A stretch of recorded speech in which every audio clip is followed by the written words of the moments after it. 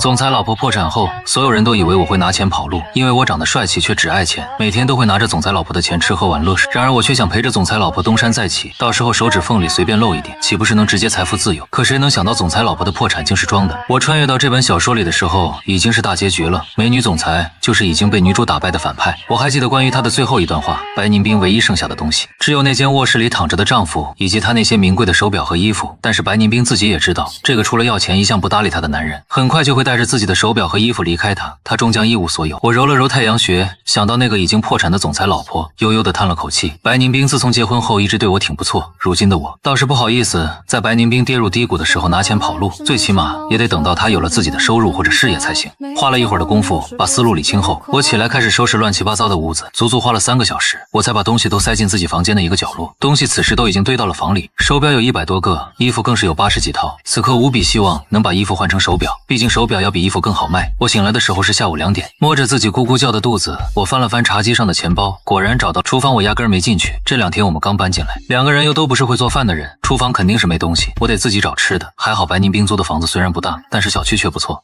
楼下就有一堆饭店。我溜达着下楼，随便吃了碗面，想着刚才在卫生间看到的寥寥无几的用品，又去超市里逛了一圈，提着一兜子日常用品回来。白宁冰那一份我也一起买了，颜色款式都是按照回忆里他偏好的模样买的。接着我又开始打扫家里，拧开房门走进白宁冰的屋子里，发现里面除了书架和书桌上东西稍微多一些以外，就只剩下一张床和几件必备品。我无奈的叹气，难为这个从小金枝玉叶长大的女人了，能忍受现在这样的生活。我环顾四周，开始动手收拾，时间1分1秒过去，等整个屋子收拾好后，已经是晚上10点了。我安心的洗漱完，把夜宵摆在茶几上准备享用。正当他打开包装要把第一口食物送进嘴里的时候，大门响起了开门声。他应声抬头，撞进了一双如秋水的眼眸。门口的女人面无表情地看着我，收回视线时不经意间扫过房间，眼神中闪过一丝惊讶，目光再次回到我身上。我也在同一时间把对方打量了一遍，那是个非常美艳的女人，无愧于作者用尽溢美之词来形容她。我感受着白宁冰的目光，无意识地握紧手中的筷子，不自觉地感到紧张。毕竟我可是个冒牌货，白宁冰这样的人真的会察觉不出丈夫的不对劲吗？她的眼睛让我觉得一切事情在她眼中都无所遁形。你请了保洁，钱还够吗？她的语气平淡，带着一丝审视。我下意识地摇头，没有，是我自己收拾的。你收拾的？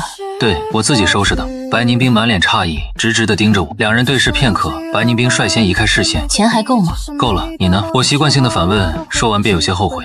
这句反问让白宁冰再次惊讶地看过来，然后缓缓开口，够。这句话之后，2个人都陷入了沉默。白宁冰看了看桌子上我正在吃的东西，突然冒出来一句抱歉。我没反应过来，抬头顺着对方的视线看去，赶紧摇头，没有，你没有什么需要抱歉的。白宁冰迈步走过来，坐到另一边的沙发上，斟酌着开口，财产的问题基本已经处理好了，我们名下的资产都被划走了，虽然没有余下什么，但是也没有欠债，你不用担心债务问题。我手里现在还剩下3万块钱，这些事情处理好之后，我会尽快赚钱。你的卡上应该还有6万，这间房子我已经付完半年的租金，如果你想离婚，我会再给你2万。在你租到房子之前，你可以一直住在这里。我心中清楚，白宁冰对自己几乎是仁至义尽了。他们现在全部的财产只有9万，如果离婚的话，他甚至愿意把8万块钱都给自己，并且允许自己住在这里。手表和衣服他肯定也不会要，那他就只剩下一间屋子和1万块钱了。见我不说话，白宁冰又补充道，我以后挣的钱会每个月分出来一部分给你，1个月最少3000，好吗？因为我现在也不知道以后的情况，所以只能先承诺这么多，如果还有东山再起的机会，会补偿你的。我赶紧摇头拒绝。白宁冰见我摇头，整个人都沉默下来。我意识到自己刚刚的动作可能引起了误会，马上解释道，没有，我没有要离婚，我也不需要你给我钱，你放心，我的钱还够花，我已经接受现实了，往后会省着点花的，还会自己挣钱，你不用给自己那么大压力，普通人家1个月其实也花不了多少。你不离婚，可是你昨天不是说……我这时才想起，昨天好像确实是很生气的，说白宁冰没用，说要离婚。我脸色一僵，那是我当时喝醉了，我不是那个意思，我都想清楚了，我不能这个时候跟你离婚。咱们既然结婚了，往后我也会承担起生活，你不用顾虑我养活自己还是没问题的，说不定还能养你。我一开口，白宁冰看我的眼神更加怪异，但也没有多说什么。如果你不想离婚的话，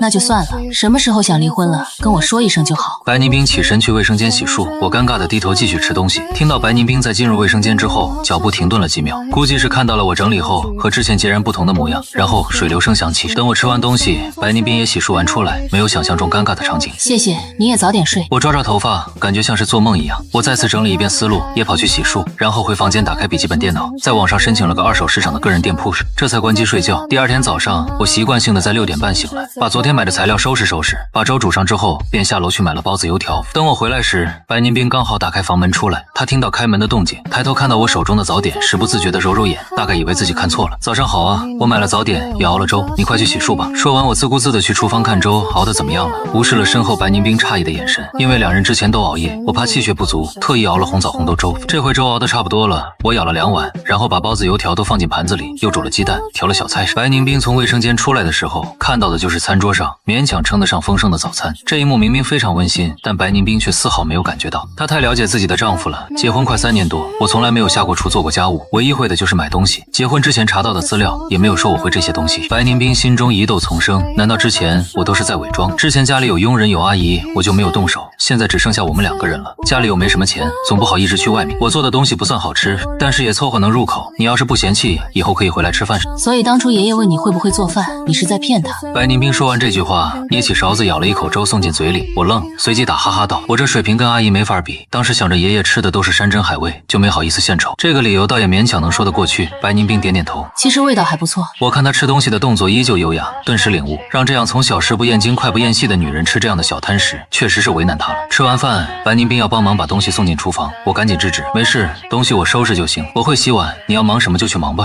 产业还没处理完，今天回来应该到晚上了，你不用管我，有事给我打电话。等到白宁冰出门，我总算感到一阵自在。我心想，这女人就算落魄了，浑身上下的贵气也抹除不了，那种无形的压迫感更是若隐若现。要不是自己之前也见过不少场面人，这回真未必能受得住。我今天要做的事情也很多，不仅要添置屋子里的东西，还要把那些手表和衣服拍照挂到网上卖掉。我想着那么多东西，估计全卖出去也能换个100多万，到时候白宁冰要做什么就有起始资金了。除此之外，我还得研究一下这个世界的网民，然后斟酌着重操旧业。我在原来的世界是个网文写手，大学专业是室内设计，后来毕业不想以这个为主职业，就干脆写文了，偶尔接点散活挣外快，日子一直过得不错。我把碗筷洗了，就拿着要买的东西清单出门了。我一贯没有逛街的爱好，买完东西就回来安置好，又去给手表和衣服拍照。就这么一直忙活到晚上，我已经累得不行了，才把手表拍完。我把早上的包子热了热，啃了几口，便果断回卧室刷网文去了。体力活动今天是撑不下去了，只能进行脑力劳动。2个小时以后，我高兴地拍拍手，端起桌子上的咖啡一饮而尽。我发现这个世界的网文比自己原本的世界落后一点，以前写过的文都可以在这里以更好的方式再写一篇，简直是天赐良机。这时我突然听到外面传来开门声，我犹豫了一下，还是跳下床穿着拖鞋跑出去。没办法，今早发现房子的大门昨晚没反锁，白宁冰大概是住惯了别墅，忘了这种房子需要自己反锁。看我出来挂衣服的动作一顿。回来了呀，我今天早上才发现这门昨晚没有反锁，以前住别墅有人专门负责安全，现在没有了，这种门得晚上反锁起来，不然小偷一撬就能把门撬开。我知道了。2个人基本跟陌生人差不多，我只好主动找话题。你吃过饭了吗？吃过了。今天我又买了一些日用品，你要是缺什么可以告诉我，回头我再去买。暂时没什么缺的。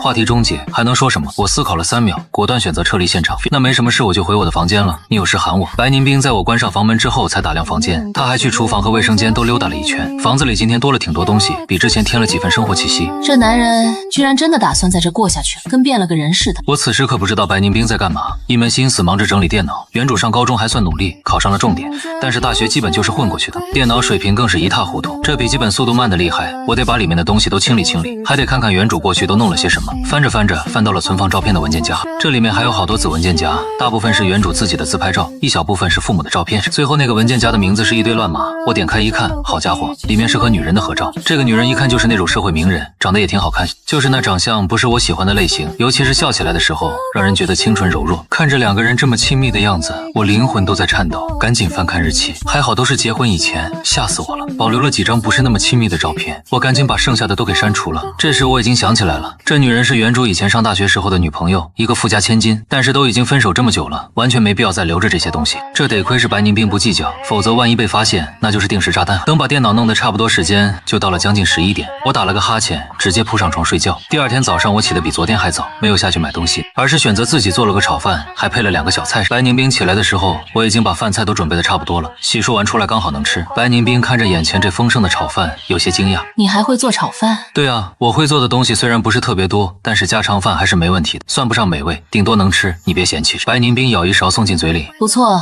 挺好吃的。喜欢就好。今天中午我回来吃饭。我怔愣了一瞬间，飞快反应过来，你想吃什么？你做什么我吃什么吧，不过我想吃米饭。行，那我做个糖醋排骨、西红柿炒蛋、蛋花汤，怎么样？你能吃得饱吗？应该可以。那你放心，出去忙。吃完饭，白宁冰拿上外套便出门了，依旧是我收拾碗筷。出了小区，白宁冰上了停在小区门口的一辆车，开车的是他以前的助理顾清寒，也是爷爷选定陪他一起长大的朋友。对方一见他上来坐好，就把手里的纸袋递给他。宁冰，薛记的早点，不用了，我吃过了。顾小雨做的炒饭。顾清寒递东西的手顿住，惊讶道：啥？小雨哥还会做饭？我也是头一次知道他会做饭。昨天熬了个粥，我以为已经是破天荒了。听他说自己会做饭，以为是自夸，结果今天竟然做了炒饭。中午我说要回来吃饭，他还表示说要炒菜呢。听着我这反常的表现，顾清寒皱眉道：他该不会是有什么阴谋吧？我记得你以前和他井水不犯河水，他什么都不会啊。对了，他之前不是说要离婚吗？我都已经查好了办理步骤，怎么现在没动静了？白宁冰抬起头，脸上挂着一抹若有所思的笑意。他说不离婚了，说已经接受了现在的生活，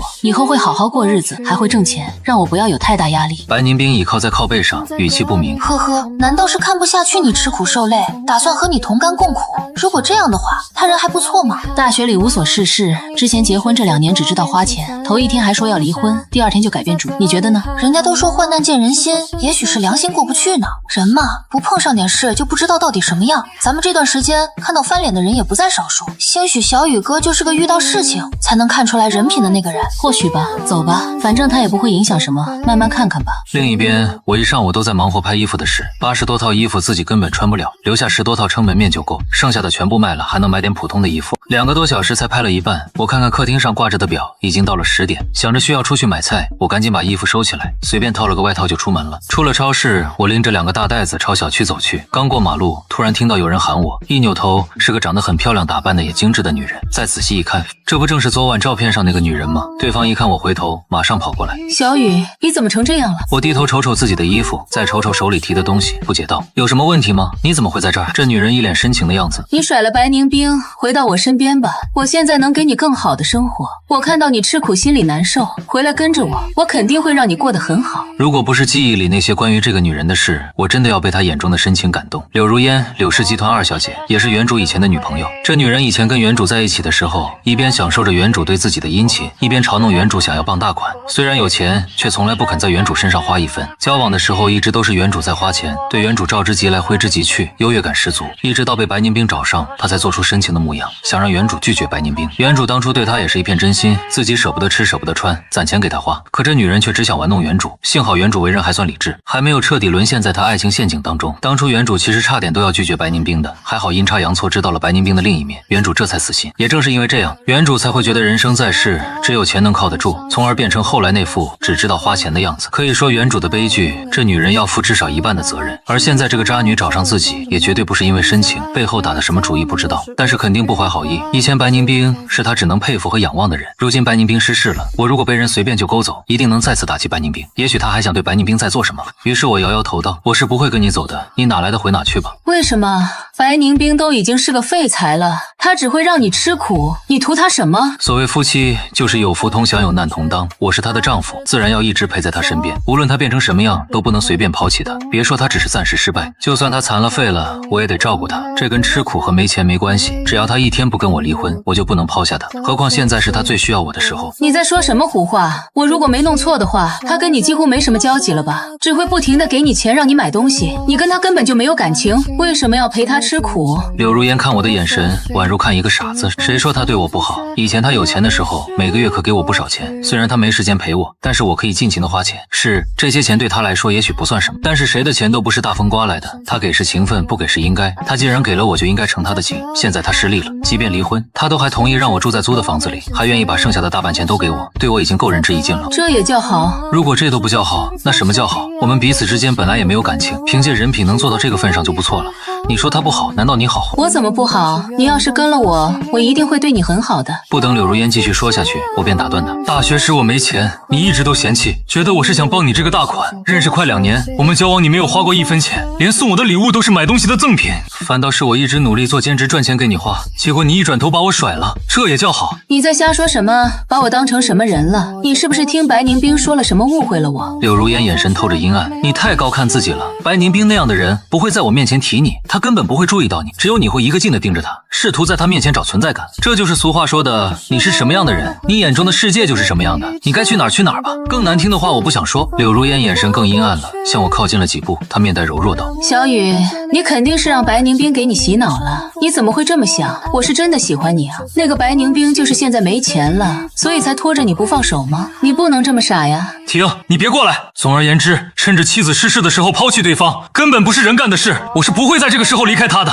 你死了这条心吧。就算我离开他，也一定是他不再需要我的时候。柳如烟还要说什么，旁边突然响起一片鼓掌叫好声。好好好，小哥说得好，三观真正啊。是啊，现在的人如果都能这样想，就不会有那么多离婚的了。小哥人真不错，你妻子嫁了你不亏。我这才注意到旁边不远处有一群明显是刚刚锻炼完回家的大爷大妈。大爷大妈们走了过来，当头的大爷上下打量了一遍柳如烟，忍不住的摇头。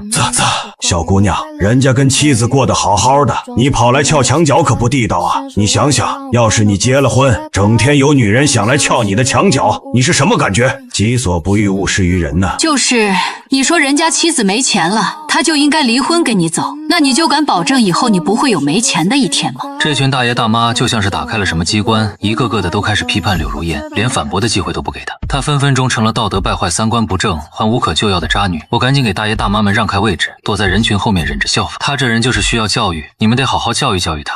我还得回家做饭，就先回去了呀。以后有机会咱们再聊。没事，你回去吧，这里交给我们。不远处把这一幕尽收眼底的白宁斌和顾清寒坐在车里半晌没动，一看到柳如烟老老实实承认错误被大爷大妈们放走，顾清寒才不可思议的开口：宁冰，刚刚那个是小雨哥对吧？我怎么感觉像是换了个人一样？是他。那小雨哥人很好啊，以前虽然只知道他乱花钱，但是现在你名义上破产了，他却不肯离开你，宁愿吃苦也要留在你身边，而且还不是因为爱你，而是出于道义。这就是那几位大爷大妈说的，三观太正了呀。白宁冰此时也觉得自己对我的认知存在某种偏差。告别了顾清寒后，白宁冰径直回到了家中。等他一开门，就看到我抱着电脑窝在客厅沙发前的地毯上噼里啪啦打着字，屋子里满是肉香。回来了，白宁冰把买的水果放在茶几旁，好奇的走过来定睛一看，发现我竟然在写故事。我想着我的专业都忘得差不多了，倒是以前学的一些东西还记得，加上一直都有看小说，对这一块还算了解，打算试试写网文。你不介意吧？我嘴上问着，手上的动作也不停。白宁冰觉得这倒也符合我的情况，反正也不指望我赚钱，不置可否。你开心就好。我知道这位大小姐肯定是看不上这些东西的，可能也不是很了解这些，我只好转移话题。排骨已经炖上了，估计还要1个小时才能吃饭，你去忙吧。白宁冰点点头，去洗漱换衣服之后进了自己的房间，没再出来。1个小时以后，我敲门喊她出来吃饭。餐桌上放着2碗米饭，菜色还挺丰富，红红绿绿的很漂亮，我还做了点缀，一看就是精心烹制的。我也是头一次做糖醋排骨，不知道好不好吃，你试试吧。不行的话，我等下去拍个黄瓜。自从大学父母出事以后，我一直自己一个人生活，受老爸老妈的影响，对生活的质量要求不算太高，但也绝对不低。家里会按时打扫，只要有空就会自己做饭，生活很规律，所以生活技能都没问题。这回这么说也不过是客气，自己的厨艺不敢说有多好，家常水平还是有的。以前朋友聚会都是我掌勺，收获了不少赞美。白宁冰夹起一块送进嘴里，点点头，不错，挺好吃的。那就好，那你多吃点吧。前几天生活乱成一团，你既没吃好也没休息好，辛苦了。我倒上一杯泡好的柠檬茶，推到他面前，这是加了一点点蜂蜜的柠檬茶，补充维生素 C， 你能喝多少是多少，别嫌酸食。白宁冰脸上带着探究，总觉得面前的男人像是换了个人，跟以前查到的消息以及相处的这2年都完全对不上。可是他也确实没有仔细关注过，他不敢说自己以前查到的消息就全面，只能按捺下心中的疑惑。辛苦你了。没有，我整天在家里，风吹不到雨淋不着，倒是你在外面要面对那么多的事情，肯定很辛苦，你多吃点食。我笑了笑，其实光是想想我就知道，白宁冰以前是别人高攀不起的，在白老爷子在世的时候，谁敢对上白家？而白宁冰又从小就是最优秀的那个，多少人都是被父母拿他做比较被嫌弃着长大的。如今白老爷子不在了，白家其他远支只会想着怎么瓜分白家剩下的，他们巴不得白宁冰赶紧垮下去，根本不会伸出援手，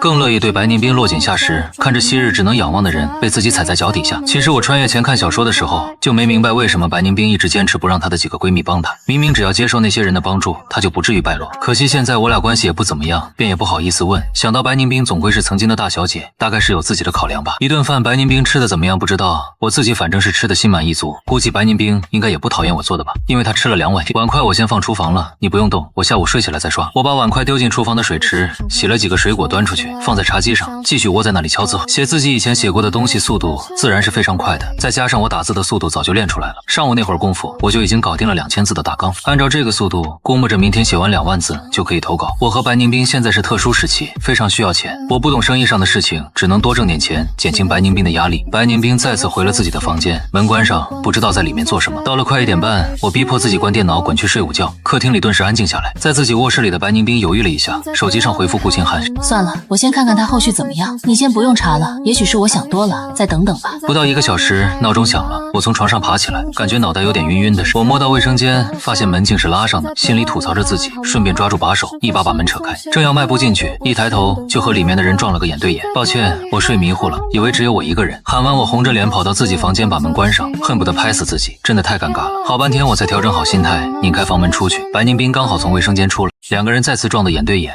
虽然中间隔着4、5米的距离。没事，你别太尴尬了，这房子小，以后抬头不见低头见的，习惯就好。是，习惯就好。你今天不出去吗？今天要办的事情已经办完了，下午就不出去了。白宁斌说完，突然想到，我这几天不在家，有什么需要我帮忙的吗？我感到有些忐忑。怎么了？是有什么事吗？我虽然从小生活在白家，但还不至于连基本的生活技能都不会。如今我们一起生活在这个小家，所以有什么事情都可以直接告诉我，不是只会挣钱。好，我知道了。我看着白宁斌一本正经的样子，竟然觉得挺萌的。这人不管生意上成功还是失败，模样长得真是没得挑。作为作者笔下最好看的女人，她即便是面无表情也非常好看。我觉得自己面对着这样的女人也能不动心，真的非常厉害。白宁斌说完，非常有深意的看我一眼，这才回自己房间。这时我突然意识到一个问题，站起身跑到他门外。晚上你要吃什么呀？随便，我不挑。好吧，大小姐比想象中的要好养活。我又溜达回去，窝在茶几旁边继续码字。刚码完一张，我突然想到二手网挂着的东西，赶紧打开上去看。好家伙，已经卖出去12个表和2套衣服了。我不很懂那些奢侈品的价值，所以之前挂上去的时候都是先在网上查了价格再打8折。挂上去的这些东西很多都没拆封，可是我怕回头白宁斌急用钱，所以没敢挂那么贵。本来还担心这种东西贵没人舍得买，想不到卖的还挺快。把需要发货的地址都记录下来，我把文件保存之后就跑进房间找手表和衣服。因为要寄的东西比较多，所以打算喊人上门来收件。半个小时以后，所有东西都打包好了，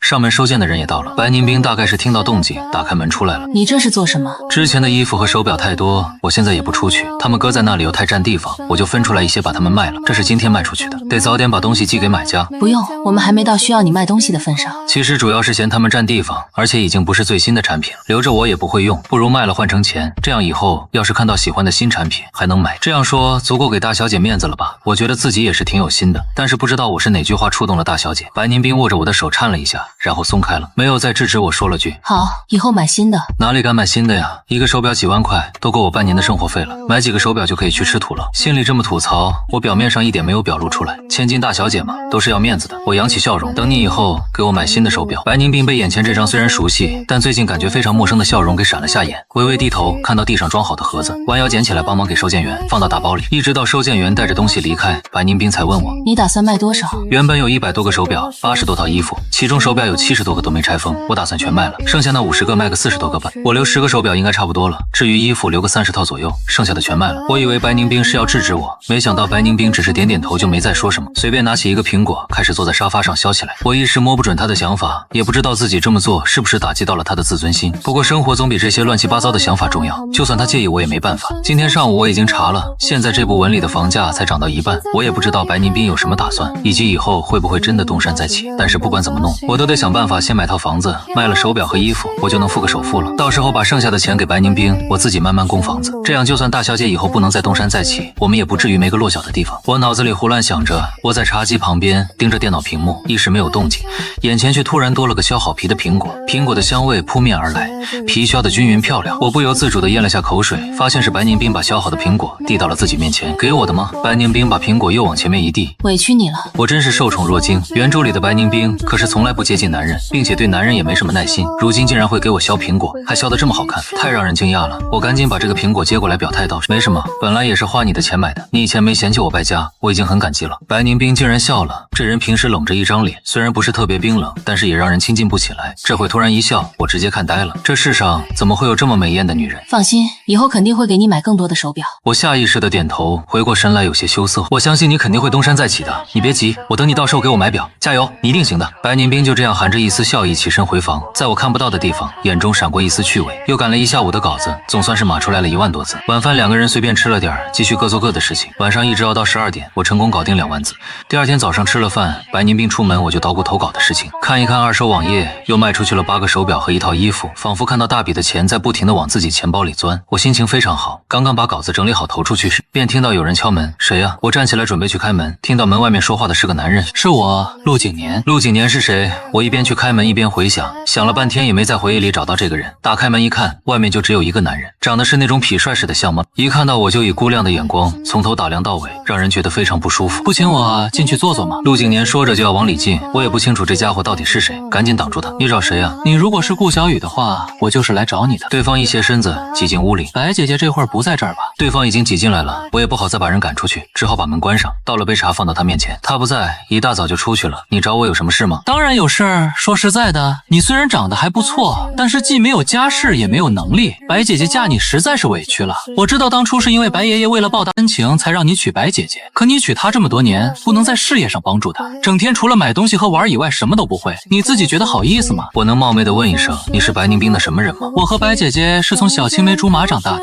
她对我特别好，如果不是你的话，我们说不定早就在一起了。可是我从来没听说过你啊。这不是废话吗？难道白姐姐会在你面前提我们是青梅竹马的关系吗？好像白宁斌确实不会在原主面前提起，首先他们不熟，其次他也不会多事。我点点头。所以你来找我的目的是什么呢？如今白姐姐正是需要帮助的时候，你怎么好意思继续拖她的后腿呢？我爸已经同意，只要我们结婚，他就帮白姐姐东山再起，所以你应该和他离婚。如果白宁斌想要跟我离婚，大可以直接来跟我说呀，为什么还要你转达？我又不是死皮赖脸的人。还是说其实这只是你一个人的意思？白姐姐怎么会主动做出这种没品的事？她当然不好意思说呀，这得你自己主动才行。你花了她那么多钱，这些年也没帮上她什么，她可从来没有为难过你。如今她有难了，你帮不上什么大忙，是不是至少也该不拖累她？你主动提出离婚，她顺水推舟，大家面子上都好看。这是白宁斌的意思吗？这是我的意思，你怎么还不明白？白姐姐不是个会做这种事情的人，现在需要的是我们主动帮她。你先和她离婚，我才好跟她结婚，然后才好接受我爸的帮助。如果这是白宁斌的意思，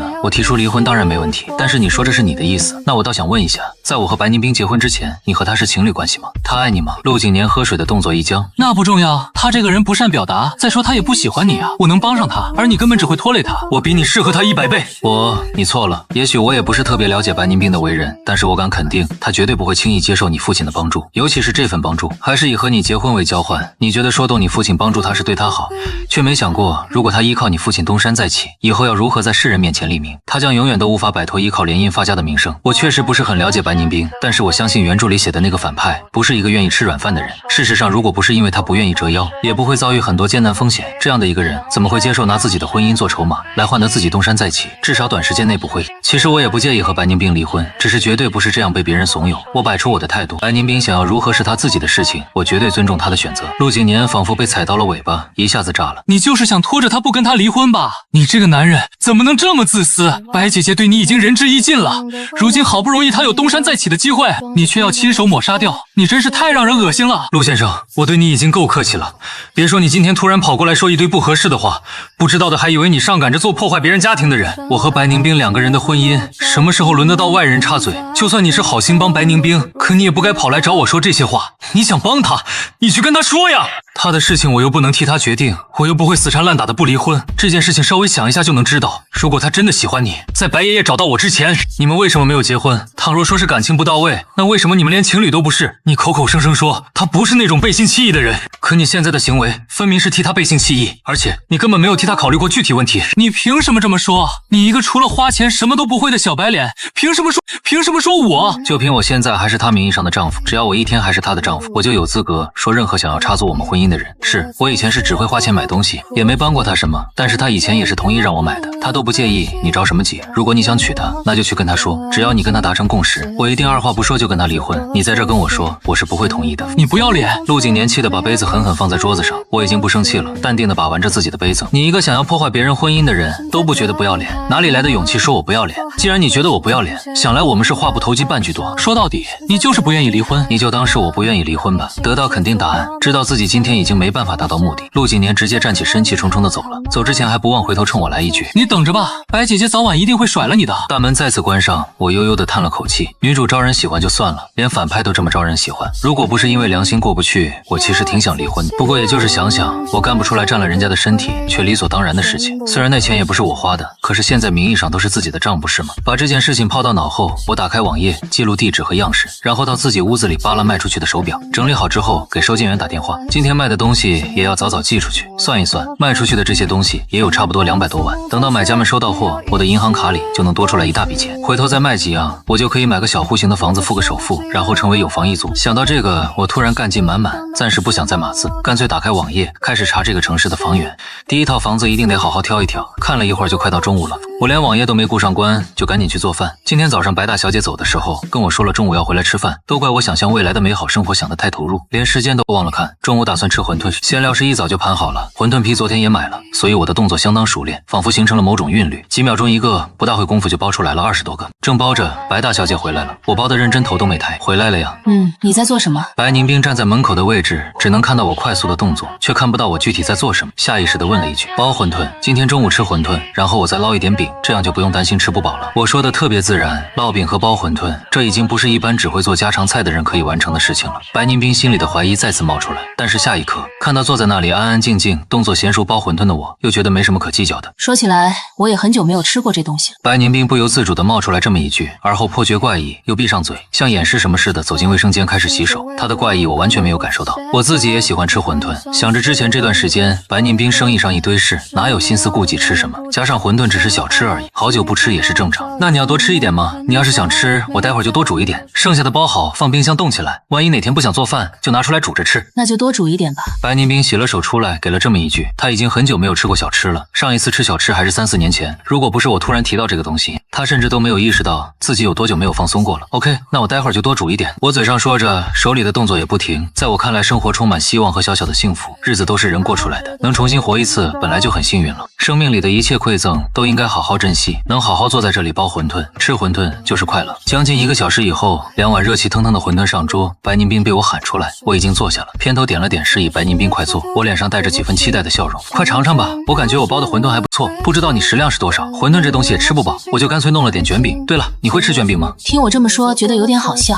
但是没有表露出来。当然会，我也是正常人。说完他坐下尝了一个，品了品给出评价，味道还不错。看吧，我就说我包的馄饨不错，主要是我喜欢吃，既然还不错，那你就多吃点。2个人吃饭速度不一样，白宁冰虽然吃的只有我的1半左右，但是几乎和我同时吃完。这次当我要去刷碗的时候，他突然出声，回头我买个洗碗机，洗几个碗而已，费不了多大功夫，没必要再破费。不值什么钱，没关系。白宁冰随口道，我瞬间露出一副有些纠结的表情。怎么了？大小姐现在还没有转变回来态度，没有意识到我们现在已经不是以前那样的有钱人了。我在纠结要不要直白的提醒白大小姐，但是看看对方略有些拧眉的脸，原本要提醒的话一出口就变了个模样。好吧，那回头我就去买一个，你不用关心了，我这人计较的很，可能要挑很久的。我说完心里就直叹气，人长得好就是占便宜，我居然连一点伤害大小姐自尊心的话都不忍心说。反正都说我很挑剔了，挑很久挑不出来一个满意的也是正常。白宁冰瞧着我纠结的样子，心里突然就明白了自己的丈夫在纠结什么，一时间心里有一种很奇异的感觉。她的前半生虽然被爷爷逼着也吃过没钱的苦，但是15岁完成历练之后就再也没有尝试过没钱的感觉了。这一次倒不是她没钱，而是她名义上的丈夫以为她没钱，可是即便是这样也没有当着她的面说没钱的话，这种感觉很神奇，自己也说不清楚到底是怎么想的。我有事忙，先回房间了。白宁冰说完便转身回房，留下我一个人继续刷碗。我边刷碗边哼歌，日子过得挺好的，有房子住有饭吃，手表和衣服都卖得不错，马上又能有一套属于自己的房子，往后的生活肯定会越来越好。大小姐能力没问题，东山再起是早晚的事，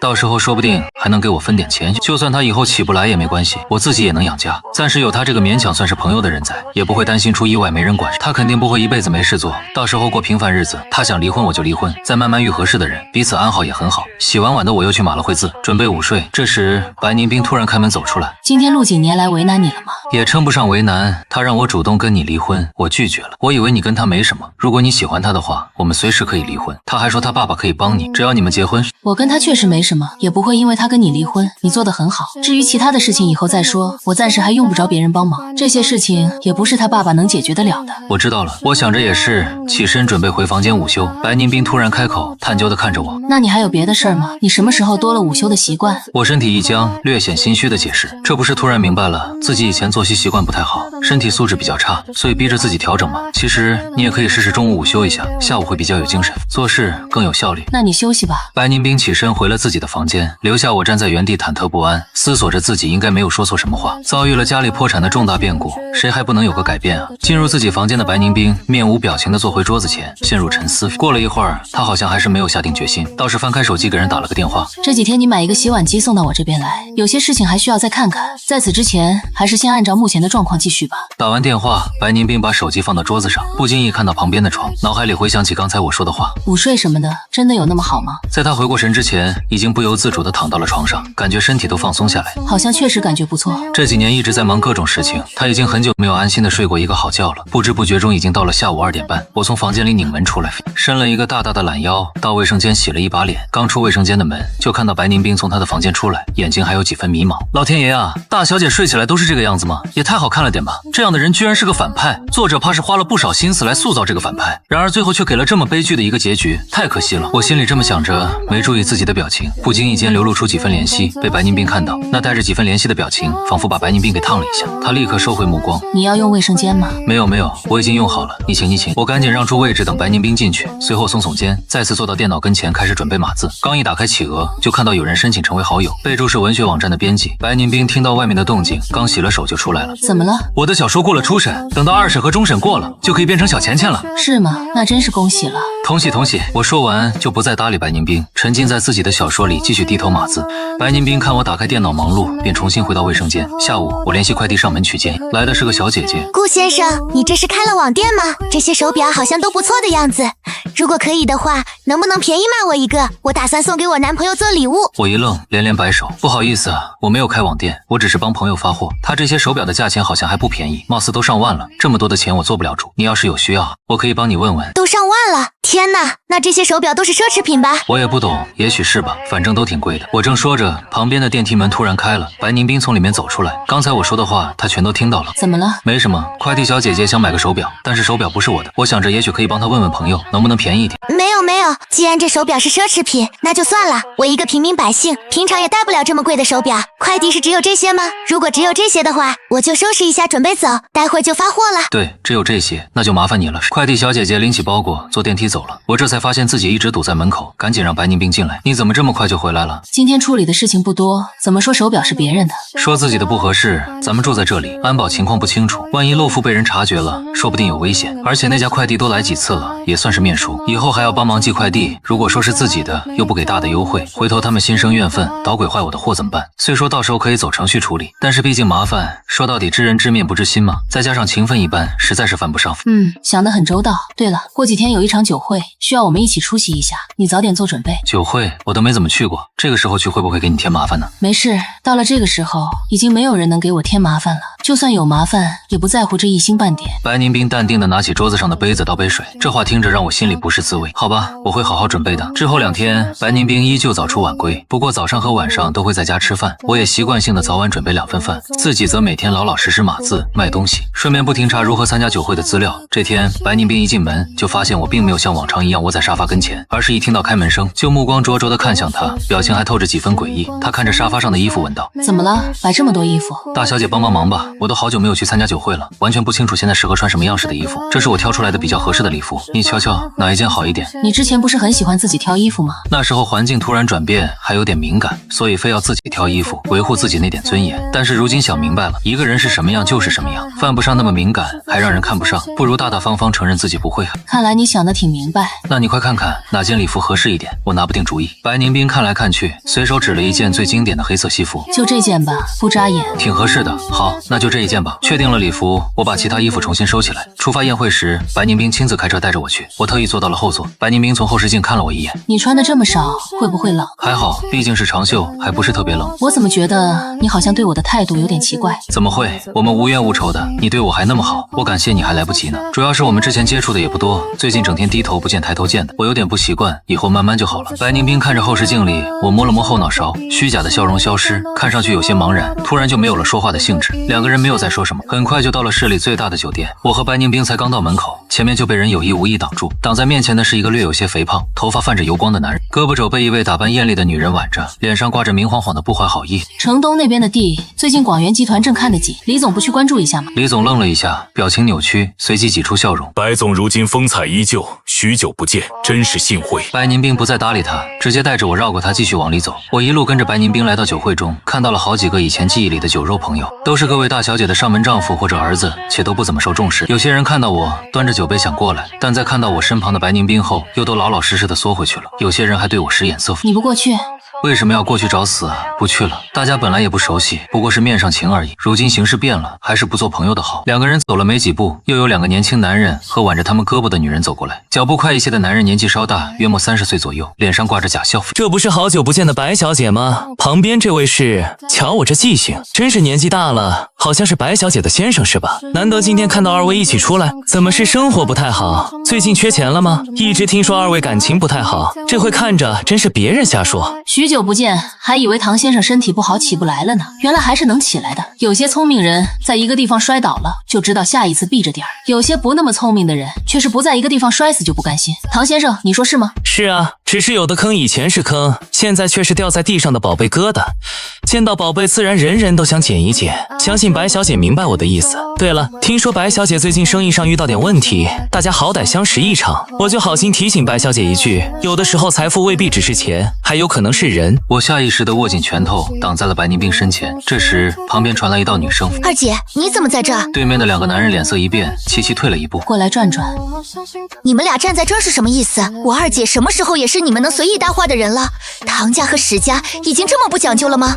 怎么在这站着不走？是等我请你们吗？你们当我跟我二姐似的那么好脾气？两个男人点点头，立刻转身离开。他们身旁的女伴还好奇的想扭头看肖荣宇，却被他们狠狠骂了几句。二姐，你也真是的，来就来，干嘛还带着他？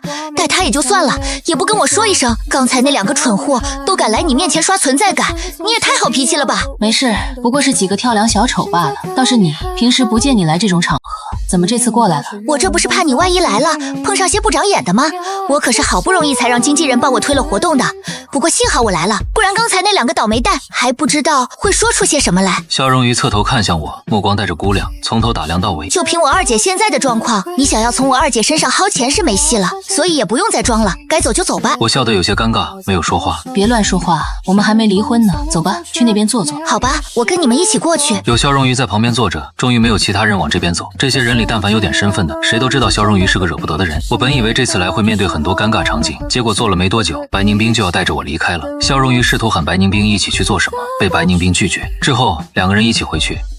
坐在车上，我看着前面开车的白宁冰，犹豫了足足3分钟，才鼓起勇气开口：“你今天来参加酒会的目的达到了吗？”算是达到了吧。之前我不是把那些手表和衣服都卖了吗？如今也算是有了一小笔钱。我寻思着，既然财产都清算好了，咱们也不欠账，那不如买个小户型的房子，咱们可以先付个首付，回头我拿稿费还，剩下的钱留6个月的生活费应急，其余的你要做生意之类的话就拿去用。白宁冰一怔，通过后视镜看我：“不着急。”怎么能不着急呢？现在房价一天一个样，不赶紧买，往后肯定是越晚越亏。咱们租房子住根本不是长久之计，要是介意或者不安心的话，房子放在你名下也行。有了房子，最起码能保证咱们以后不会没落脚的地方。好，我会考虑的。晚上回去之后，我回到自己屋子里继续码字，白宁冰却接到了一个电话。二姐，你让我查的东西我已经查出来了，我发了加密文件到你邮箱，这资料我谁都没透露，你看看吧。白宁冰的笔记本电脑停留在邮箱页面，他发出一声浅浅的叹息，食指有意无意的以某种规律敲打着桌面，眉头微微蹙起良久。他拿起手机拨出一个电话：“喂，王大师吗？我想问一下，这个世界上会出现一个人在没有得双重人格或者精神分裂的情况下，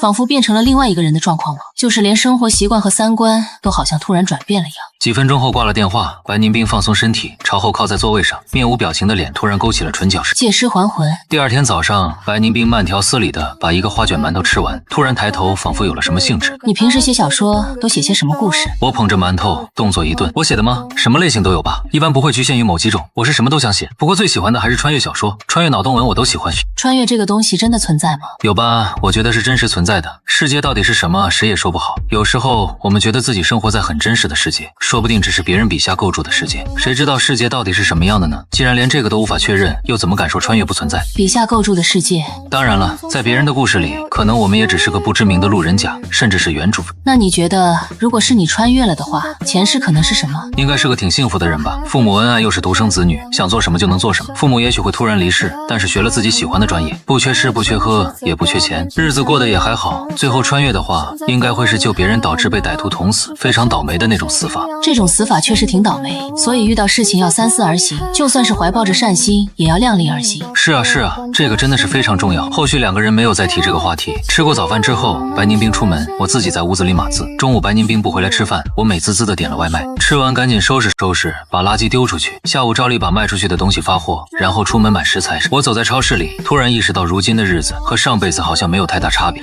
正想着，旁边突然有大妈对我说话：“哎，你不是上次那个被渣女缠上门的小哥吗？也出来买菜啊？”“是您啊，我出来买点菜，晚上做饭。”“不错不错，现在会做饭的年轻人不多了，你老婆嫁了你真是有福气。”“没有没有，她整天都忙着工作，所以这段时间就我做家务多一些，遇到她才是我的福气。”“这人呀，只要懂得感恩，日子就过得差不了。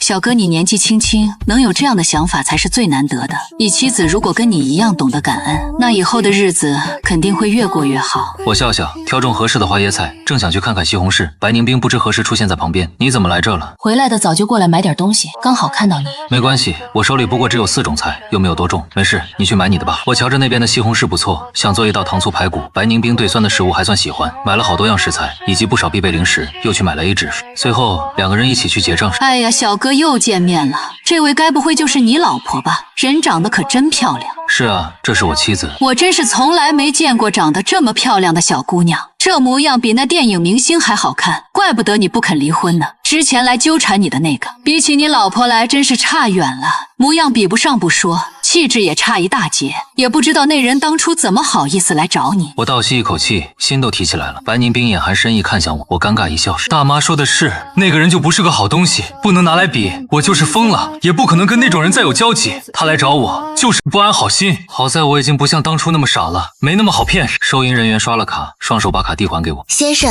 您的卡。”“大妈再见。”我赶紧和白宁冰一起往外走。出了超市，我开口解释：“那个，我想你应该知道，我在跟你结婚之前，曾经有过一个前女友，名叫柳如烟。当初上大学，我也不懂得人心险恶，所以喜欢上她那么个渣女。当然，在跟你结婚之后，就已经和她断了联系了。那天我刚从超市出来，就碰到她来找我。我当然知道她是不安好心，所以在她要我跟她走的时候，立刻就拒绝了。那位大妈是当时帮忙教训她的好心人之一。”白宁冰点头，示意自己知道。“柳如烟，柳氏集团2小姐，听说非常小气。”“是啊，就是非常小气。她当初装的人模狗样的，好似自己是个精英。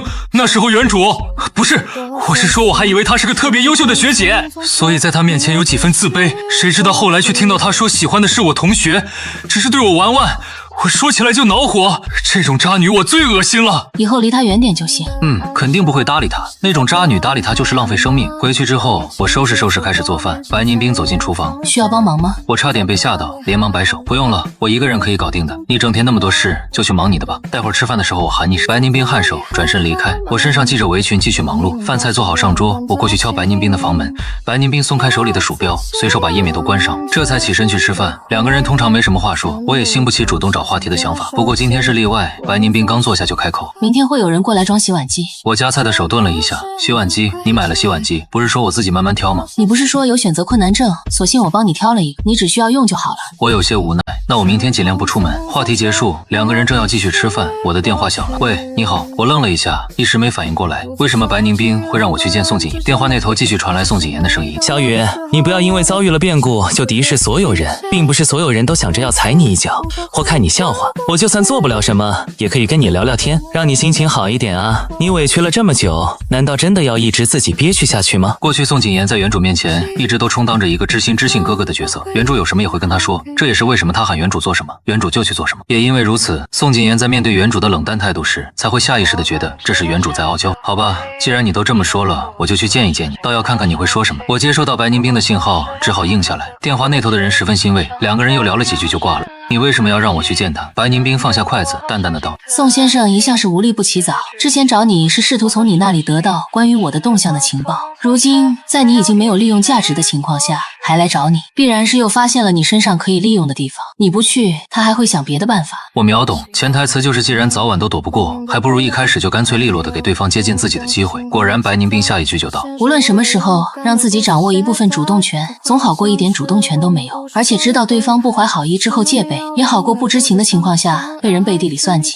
我明白了，这道理我不是不知道，只是以前的生活环境不需要我想这么多罢了。我还是没有彻底适应如今角色，更没有适应如今的环境。不过白大小姐平日里少言寡语，突然跟她说起这些是在教我吗？对面白宁冰再次拿起筷子慢条斯理的吃起来。从我的角度看，这个女人吃饭的姿态一如既往的优雅，好似一点也没觉得别人算计她有什么。没错，算计她。身为一个原主，我可不觉得自己有什么被宋谨言找上门算计的价值。唯一值得算计的只有白宁冰这个大小姐了。白宁冰对于我要去见宋谨言这件事情给出的唯一指示是随便聊天，但不要涉及敏感话题，然后回来把信息告诉她。我点点头记下。宋谨言请客的地点在市区有名的咖啡店。我接到通知的时候稍微上网上查了一下，最便宜的饮品也得200多。我什么时候这么奢侈过？到了要赴约这一天，我把自己好好打扮了一番，虽然注定过后被嘲笑，但是至少表面上不能被人吐槽不修边幅啊。然而我便是万万想不到，宋谨言见他的第一句话居然还能是吐槽。小雨，我知道你心里难受，你这人一贯要强，可如今都到了这种地步了，又何必在我面前打肿脸充胖子？我也不会嫌弃你的。如果不是知道宋谨言的为人，只怕我真的会以为宋谨言是在为我好了呢。这人说出这样的话，脸上还能保持一副担忧为我着想的模样，也是挺不容易的。宋少爷说笑了，生活再如何困顿，也不能放弃打扮的心啊。毕竟我人长得帅，不打扮就浪费了。人能年轻几天，自然是一天都不能浪费的。何况就我这样的先天条件，不让自己帅帅的，就是浪费老天爷对我的偏爱。既然对方先把刀递过来了，我自认不是什么任人拿捏的好脾气，立刻朝对方的心口扎下刀子。好好好，咱们小雨最帅，走吧。知道你这段时间心情不好，一起去喝茶聊天，我别的做不了，还是能听听你的抱怨的，把糟心事儿都吐露出来，心情自然就会好一点了。他维持着笑容，拍着我的肩，被服务生指引着来到视线最好的雅间。我心中感叹，不愧是有钱人来的地方啊，到底是比那些小茶馆厉害。单凭这个不小的院子就能秒杀一大片，这设计水平一看就是大师级。宋谨言瞧着我盯着院子看，还当我是想起了过往的富贵生活，心中嗤笑，面上却温温柔柔的。小雨，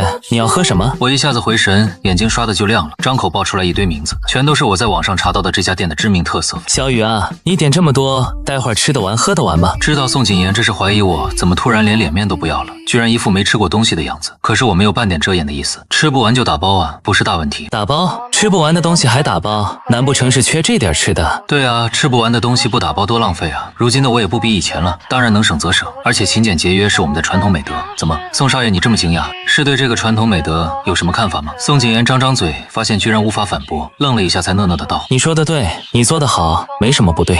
我也觉得以前的我真是太奢侈了，那么多奢侈品明明都用不了却要买，浪费钱不说，还浪费时间和精力。如果能用这个时间来做一些有意义的事情，那该多好啊！你说这世界上明明还有那么多的人需要帮助，怎么曾经的我就看不见呢？拿那些钱来资助一些贫困地区的孩子也是好的，总好过买一堆奢侈品扔家里。对了，宋少爷，你这么善良这么美好，应该没少帮助那些需要帮助的人吧？宋谨言擅长忽悠人和给自己立人设是真的，至于帮助穷苦人那就是做梦，他可没有那么好心，自己花钱都嫌不够，哪里会那么善良的给别人花钱？然而他还是笑得特别真诚。是啊，我闲来无事也会时不时的帮助一些需要帮助的人，毕竟我爸妈从小就教导我一定要跟人分享，帮助有需要的人。宋谨言以为我是要跟他谈一谈这方面的事情，然而我话题一转，既然宋少爷对其他素不相识的人都这么大方，我们认识了这么久，关系还这么好，如今我遇到了困难，也成了穷苦人，宋少爷不帮帮我吗？啊？他怎么都没想到一直以来最爱面子的我会冒出来这么一句话，有些错愕。宋少爷，你是不知道啊，我如今的日子真是要多苦有多苦，衣服手表都不敢买，每天看着我家那苦子冷淡的脸，还不敢提钱的事儿，打电话给其他人，还没有人肯接。眼瞧着宋谨言的脸色有些变化，我干脆起身挪到宋谨言旁边，一把拉住他的手，抓得死死的，不给他挣脱出去的机会。宋少爷，也就只有你好，还愿意来找我，我能求帮忙的也只有你了。你平时财大气粗，随便一伸手就是20-30万的，对我这个老朋友，说什么也不能那么小气吧？你会帮我的对吧？毕竟咱们可是好兄弟呢。我紧紧拉着宋谨言的手，语气恳切。看对方还没反应，我又添一句，说起来我还没有找以前认识的女性朋友们聊一聊呢。最后这一句算是卡在了宋谨言的心坎上，他都快急死了。可是但凡他能看得上眼的女人都看不上他，偏偏他表面上一派霁月清风，背地里很多人都清楚他的做派，想洗白都不成。最后家里人想出个办法，就是让他别太活跃，尽可能的淡化人们的印象。这次次之所以找上我，也是为了做成一件事，以便于在他看上的那个女人跟前展露一下自己的水平。小雨，你瞎说什么啊？我们是什么关系？怎么可能会看着你吃苦而没有任何作为呢？我不是刚刚回国就来找你了吗？你是知道我的，我这个人一向心善，看不认识的人受苦尚且难受，何况是你呢？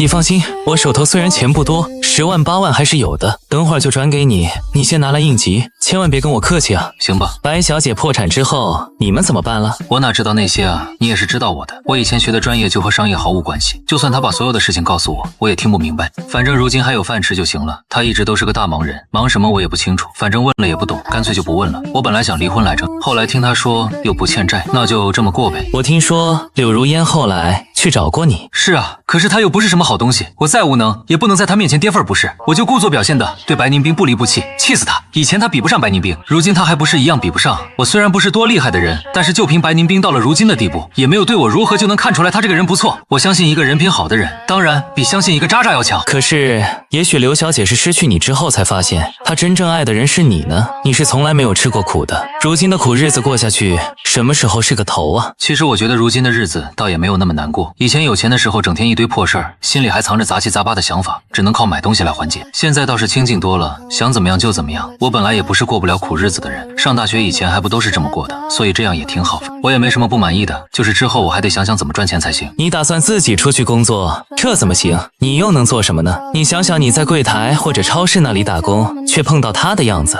好工作可不好找，也就只有不需要技术含量的工作了，你能受得了吗？有什么难的？我再不济也是正经名校毕业的学生，虽然没工作过，但是我可以学啊，基本素质我都有，比如说英语，又比如说专业能力，我都 OK。宋谨言这才想起来，我好像确实是凭借自己的本事考上了名校，之后才遇到白宁冰和柳如烟。对比一下，自己学习不行，要靠家里送出国镀金，他心情又糟糕起来，嘴上不肯示弱。虽说学历是挺重要，但是经验也一样重要。你现在才开始学，肯定比不过刚毕业的年轻人了，也不容易的。试试呗，能考上名校，适应简单的工作，总不会比高考还难吧？哎呀，你瞧我怎么好端端的在你面前提起这个？没事儿，宋少爷，你不清楚也是正常，不用在意，反正你也不需要自己工作，我可真羡慕你，在家可以靠家里，以后还能靠老婆，自己什么都不用做，只要混吃等死就行，太幸福了。换而言之，就是什么都不会，只能靠别人的废人呗。宋谨言极力控制，才没有让自己的表情扭曲，心里恨恨的想着，这么不会说话，难怪命这么差。我心里却是十分痛快，两个人你来我往，彼此都心知肚明，却都在维持着表面客气的情况下，时不时刺一次对方。差别在于，宋谨言刺激我的地方都是我不疼不痒的地方，而我刺激他的地方却都是他的痛处。到了分别的时候，我内心一片欢乐，而宋谨言都快憋得内伤了。我走之前还不忘提醒宋谨言记得给钱。宋谨言想着下一次再把我约出来，秀优越感和打探消息，点头表示自己知道，然后磨磨唧唧的给我转了10万块钱。我拿着钱开开心心的回去了。我回去的时候，白宁冰正坐在沙发上看电脑，听到开门声，白宁冰视线转移到我身上。我进门换鞋换衣服，一直到去洗手间洗手，脸上都挂着笑，心情显然非常好。回来了。今天出去一趟，白赚10万块钱哦！我是不是特别厉害？我挥一挥一直没离身的手机，语气是藏不住的嘚瑟。白赚10万，姓宋的给你的。对啊，他一上来就秀优越感，还试图套话，被我变相的怼回去。然后我就故意哭穷，给他戴高帽子，让他下不来台阶，顺便表示，如果他不给我意思一下，我就去别的认识的人跟前说他没有善心。他为了维护他自己的形象，只好出血了。白宁冰蓦地想到以前原主整天刷钱买包包，眼前这个却因为10万块钱这么开心，心中有种奇异的感觉。他的钱不要白不要，能从宋谨言手里薅出来钱，确实不容易。来，你把支付宝打开，我转给你，反正是白得的钱，就当是他还你以前的钱了，你拿去用，不用担心家里的钱不够。白宁冰感觉挺新奇，对方一副大方拿去花的模样。有什么要我做的事情吗？没有啊，家里最近什么都不缺，东西也都没坏。白宁冰指的并不是这个，不过瞧着我的样子，显然没有想到一处去。他居然真的拿出手机打开了支付宝，举到我面前。我非常自然的把刚到手还没僵热的钱转到他账上，好似把这钱给他是理所当然的事情。白得的钱给我不心疼，本来就是你的钱啊，当初请宋少爷吃饭的钱不都是你的吗？如今咱们没钱了，他还钱当然要还给你啊。虽然我也喜欢钱，但是我现在更喜欢自己赚钱。我现在已经能赚稿费了，有我在，不会让你吃不上饭的。针灸美食吃不上，青州小菜管够。那可多谢了。不用客气，毕竟你以前对我也挺好的。对了，我还打包了东西回来，都是没动过的，你要不要吃一点？白宁冰虽然从小就生活条件优越，但是绝对不是个喜欢铺张浪费的人。除了生意上必须显示阔绰的时候，过去在家里吃的也是正常的一日3餐，只是做饭的人手艺比较好而已。而已。她以前上学也不是没吃过打包的东西。好啊，我没想到她真的会吃，我以为白大小姐不会吃这种东西，于是支支吾吾的。那个，我突然想起来，我打包的都是甜食，没问题吗？有什么问题？我只好去门口把包裹拿过来，打开一看，里面果然都是点心之类的东西。白宁冰自然而然地捻起一块送进嘴里，咽下去之后给出评价：这东西还是热的时候好吃一点。你以前吃过？白宁冰看了我一眼，慢条斯理地抽出纸巾擦擦手。以前爷爷爱吃。哦，以前白老爷子爱吃，所以大小姐偶尔会给爷爷买，说不定是白老爷子让大小姐尝过。我猛地意识到自己这样只会让白大小姐触景生情，顿时有点讪讪的。抱歉。你不用觉得抱歉，过去的事情和眼前的无关，所以用不着抱歉。那个，你晚上想吃什么？我给你做。我还是觉得挺惭愧的，人家大小姐以前对原主那么照顾，重生过来之后也没被为难过，我却往人家伤口上戳一下，在对方生意失利的情况下还伤及对方心理，太过分了。随便什么都行，我还有事儿，等会儿要出去，晚上会回来晚一点。行，你放心去做事，我晚上等你吃饭。白宁斌瞥我一眼，本来想说晚上不用等他，看我有点惭愧的样子话，还是没说出口。好。等到白宁斌出门，我想了一下，把屋子清理了一遍，又码了会儿字，然后就出门买菜。大概8点的时候，开门声响起，我从文档里抬头，门口白宁斌已经进来了。我随手保存了文档。你回来了，饭菜应该还热着，饿不饿？白宁斌脱下外套挂墙上，之前在外面的满身清汗，一下子被屋里的温暖侵染的半分不剩。随便一看，发现餐厅那边的桌子上摆着饭菜，不过都用东西盖住了。白宁斌换鞋进屋。等到这个时候，你饿了吧？我洗个手就好。我还好，不怎么饿。我未必能经常回来，以后不回来会告诉你一声，你该吃就吃，不用再等我。行，我也觉得白宁斌这样的人不会像其他有固定工作的人一样，每天按时回家吃饭。他要是不回来，我还能轻松一点，自己吃饭随便做做就好了。抱着愧疚的心理，我的晚饭做得相当丰盛，难为我居然还亲手蒸了馒头，不同种类的馒头小巧玲珑，花卷、糖心、窝窝头、红薯卷等等，看上去非常可爱，吃起来估计2、3口一个。白宁斌捻起一个花卷，3、2口就吃完了，吃完感觉味道不错。馒头挺好。是吧是吧，我当初可是为了研究怎么蒸出好馒头，研究了整整3、4天呢。后来研究出了特定的比例和时间，蒸出来的馒头才是如今的样子。我最喜欢花卷和糖心了，我朋友他们也都喜欢。闲的没事的时候，我说着突然顿住，糟了，一时兴奋居然差点说漏嘴。这个手艺确实不错，你说的是大学的朋友吧？是啊，大学的朋友，后来就没怎么联系了。我也好久没有蒸馒头了，没想到手艺还没有倒退，还好大小姐没有朝其他方面想，不然真是分分钟引起怀疑。我暗自庆幸没有注意到对面的人脸上饶有兴致的眼神。对了，今天的鸡汤我熬了挺久的，你多喝点。好，我熬的鸡汤一直都很好喝，白宁斌很喜欢这道汤。外面的汤总缺少点味道，但是我的汤就五味俱全。他自己也清楚，这不是什么味道的问题，不过是一种有人愿意花心思为你熬汤的感觉罢了。小的时候，白母也喜欢给白宁斌熬鸡汤，就是味道实在不怎么样。但是因为他一直声称喝鸡汤对小孩子身体好，所以白宁斌总是被当时的白父逼得不得不把鸡汤喝完。白母和白父意外去世之后，白宁斌喝过各种各样的鸡汤，白家的厨师乃至阿姨都曾经研究过鸡汤，可惜所有人都做不出那个味道。稍微长大一点的白宁斌也没有再表现出对鸡汤的特别，这一点就被人遗忘了。白宁斌觉得他如今对眼前这个男人宽容，大概有一定的原因，是他身上偶尔表现出来的那种类似于白母的感觉。你看着我做什么？我脸上有什么东西吗？我发觉白宁斌就那么盯着自己，这人难道不知道他一直盯着别人的时候会给别人造成非常大的压力吗？还是说他又感觉到不对劲儿了？你好像有黑眼圈了。什么？我起身照了照镜子，对着镜子看了半天，我感觉好像隐隐约约是看到了一点痕迹，所以这是有了黑眼圈的兆头。我忍不住打了个冷战。白宁斌只是随口说了一句，没想到我反应这么大。等了半天还不见人出来，他奇怪道：怎么了？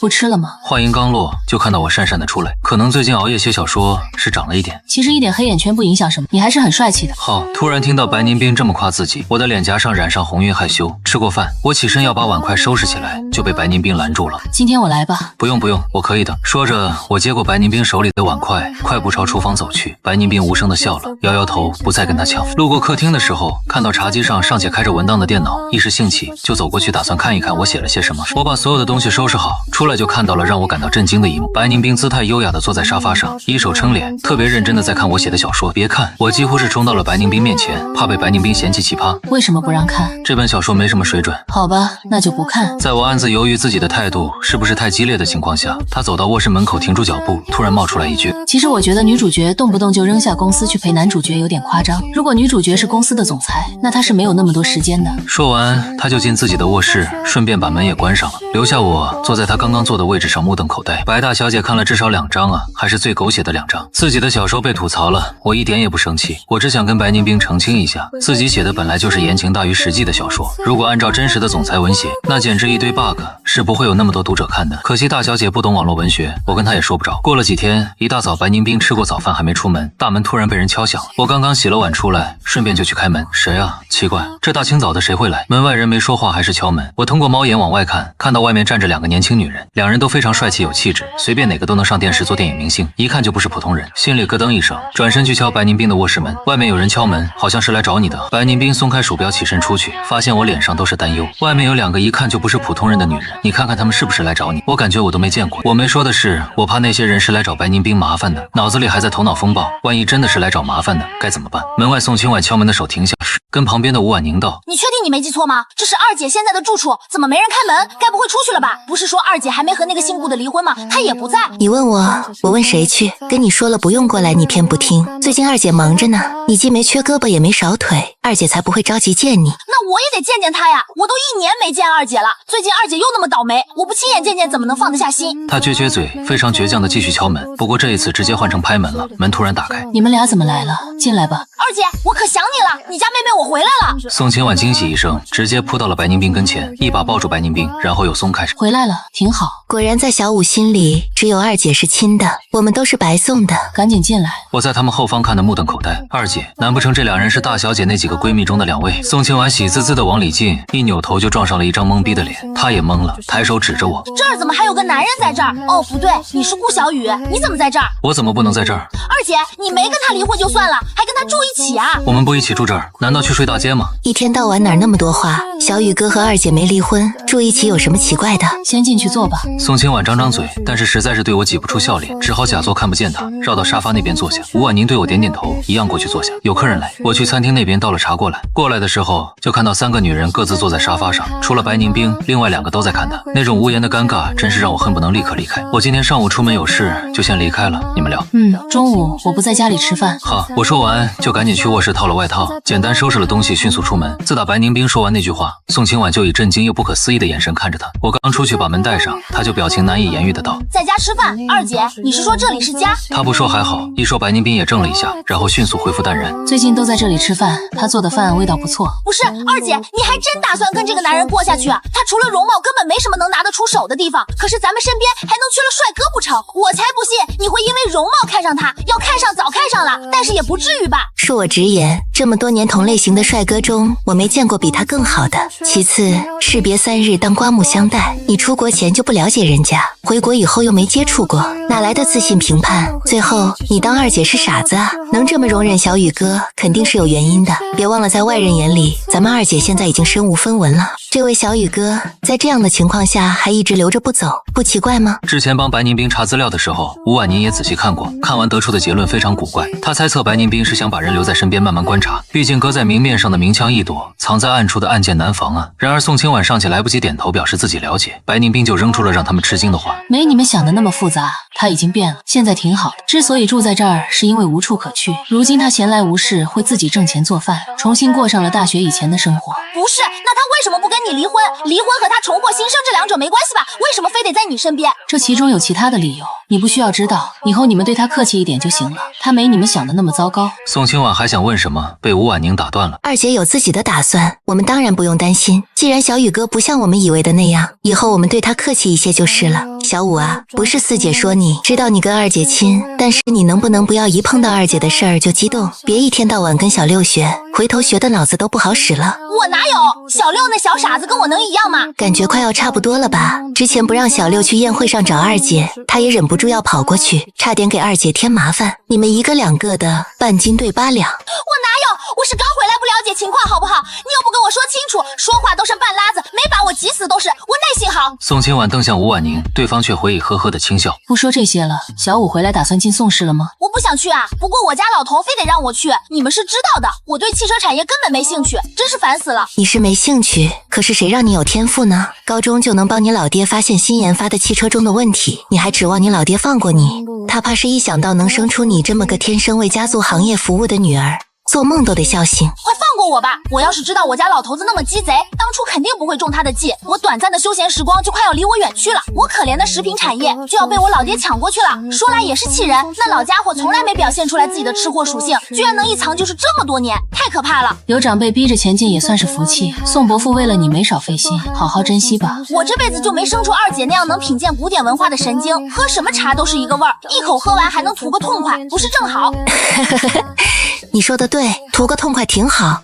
遭到嘲笑，宋清婉丝毫不以为意。没偿文化人的神经就没偿文化人的神经呗，又不是什么大事儿，我本来就不如二姐。对了，二姐，你到底打算怎么办啊？我就不信那个继父生的那么厉害，这世上怎么可能有人先料先知，事事都能抢在前面？二姐，你确定没有内鬼吗？旁白，白宁斌原本带着一丝笑意的表情瞬间淡下去，他沉吟了一下，我不清楚问题到底在哪儿，在我没有把计划告诉任何人的情况下，计划还是能被人知道。如果只是内鬼，解释不了这个问题。在他说起这些的时候，宋清婉和吴婉宁都凝神细听。要不要我再检查一下你身边的东西？也许有些先进的监控技术是我之前没发现的。应该不是，我后来试过不带任何东西换地方住，连衣服都换了，情况依旧没有任何改善。他难道真的有什么特异功能不成？难道大姐他们也没办法吗？没有，我们曾经联手对他进行过狙击，可是不管是陷阱也好，正面相抗也好，通通都被他躲过去了。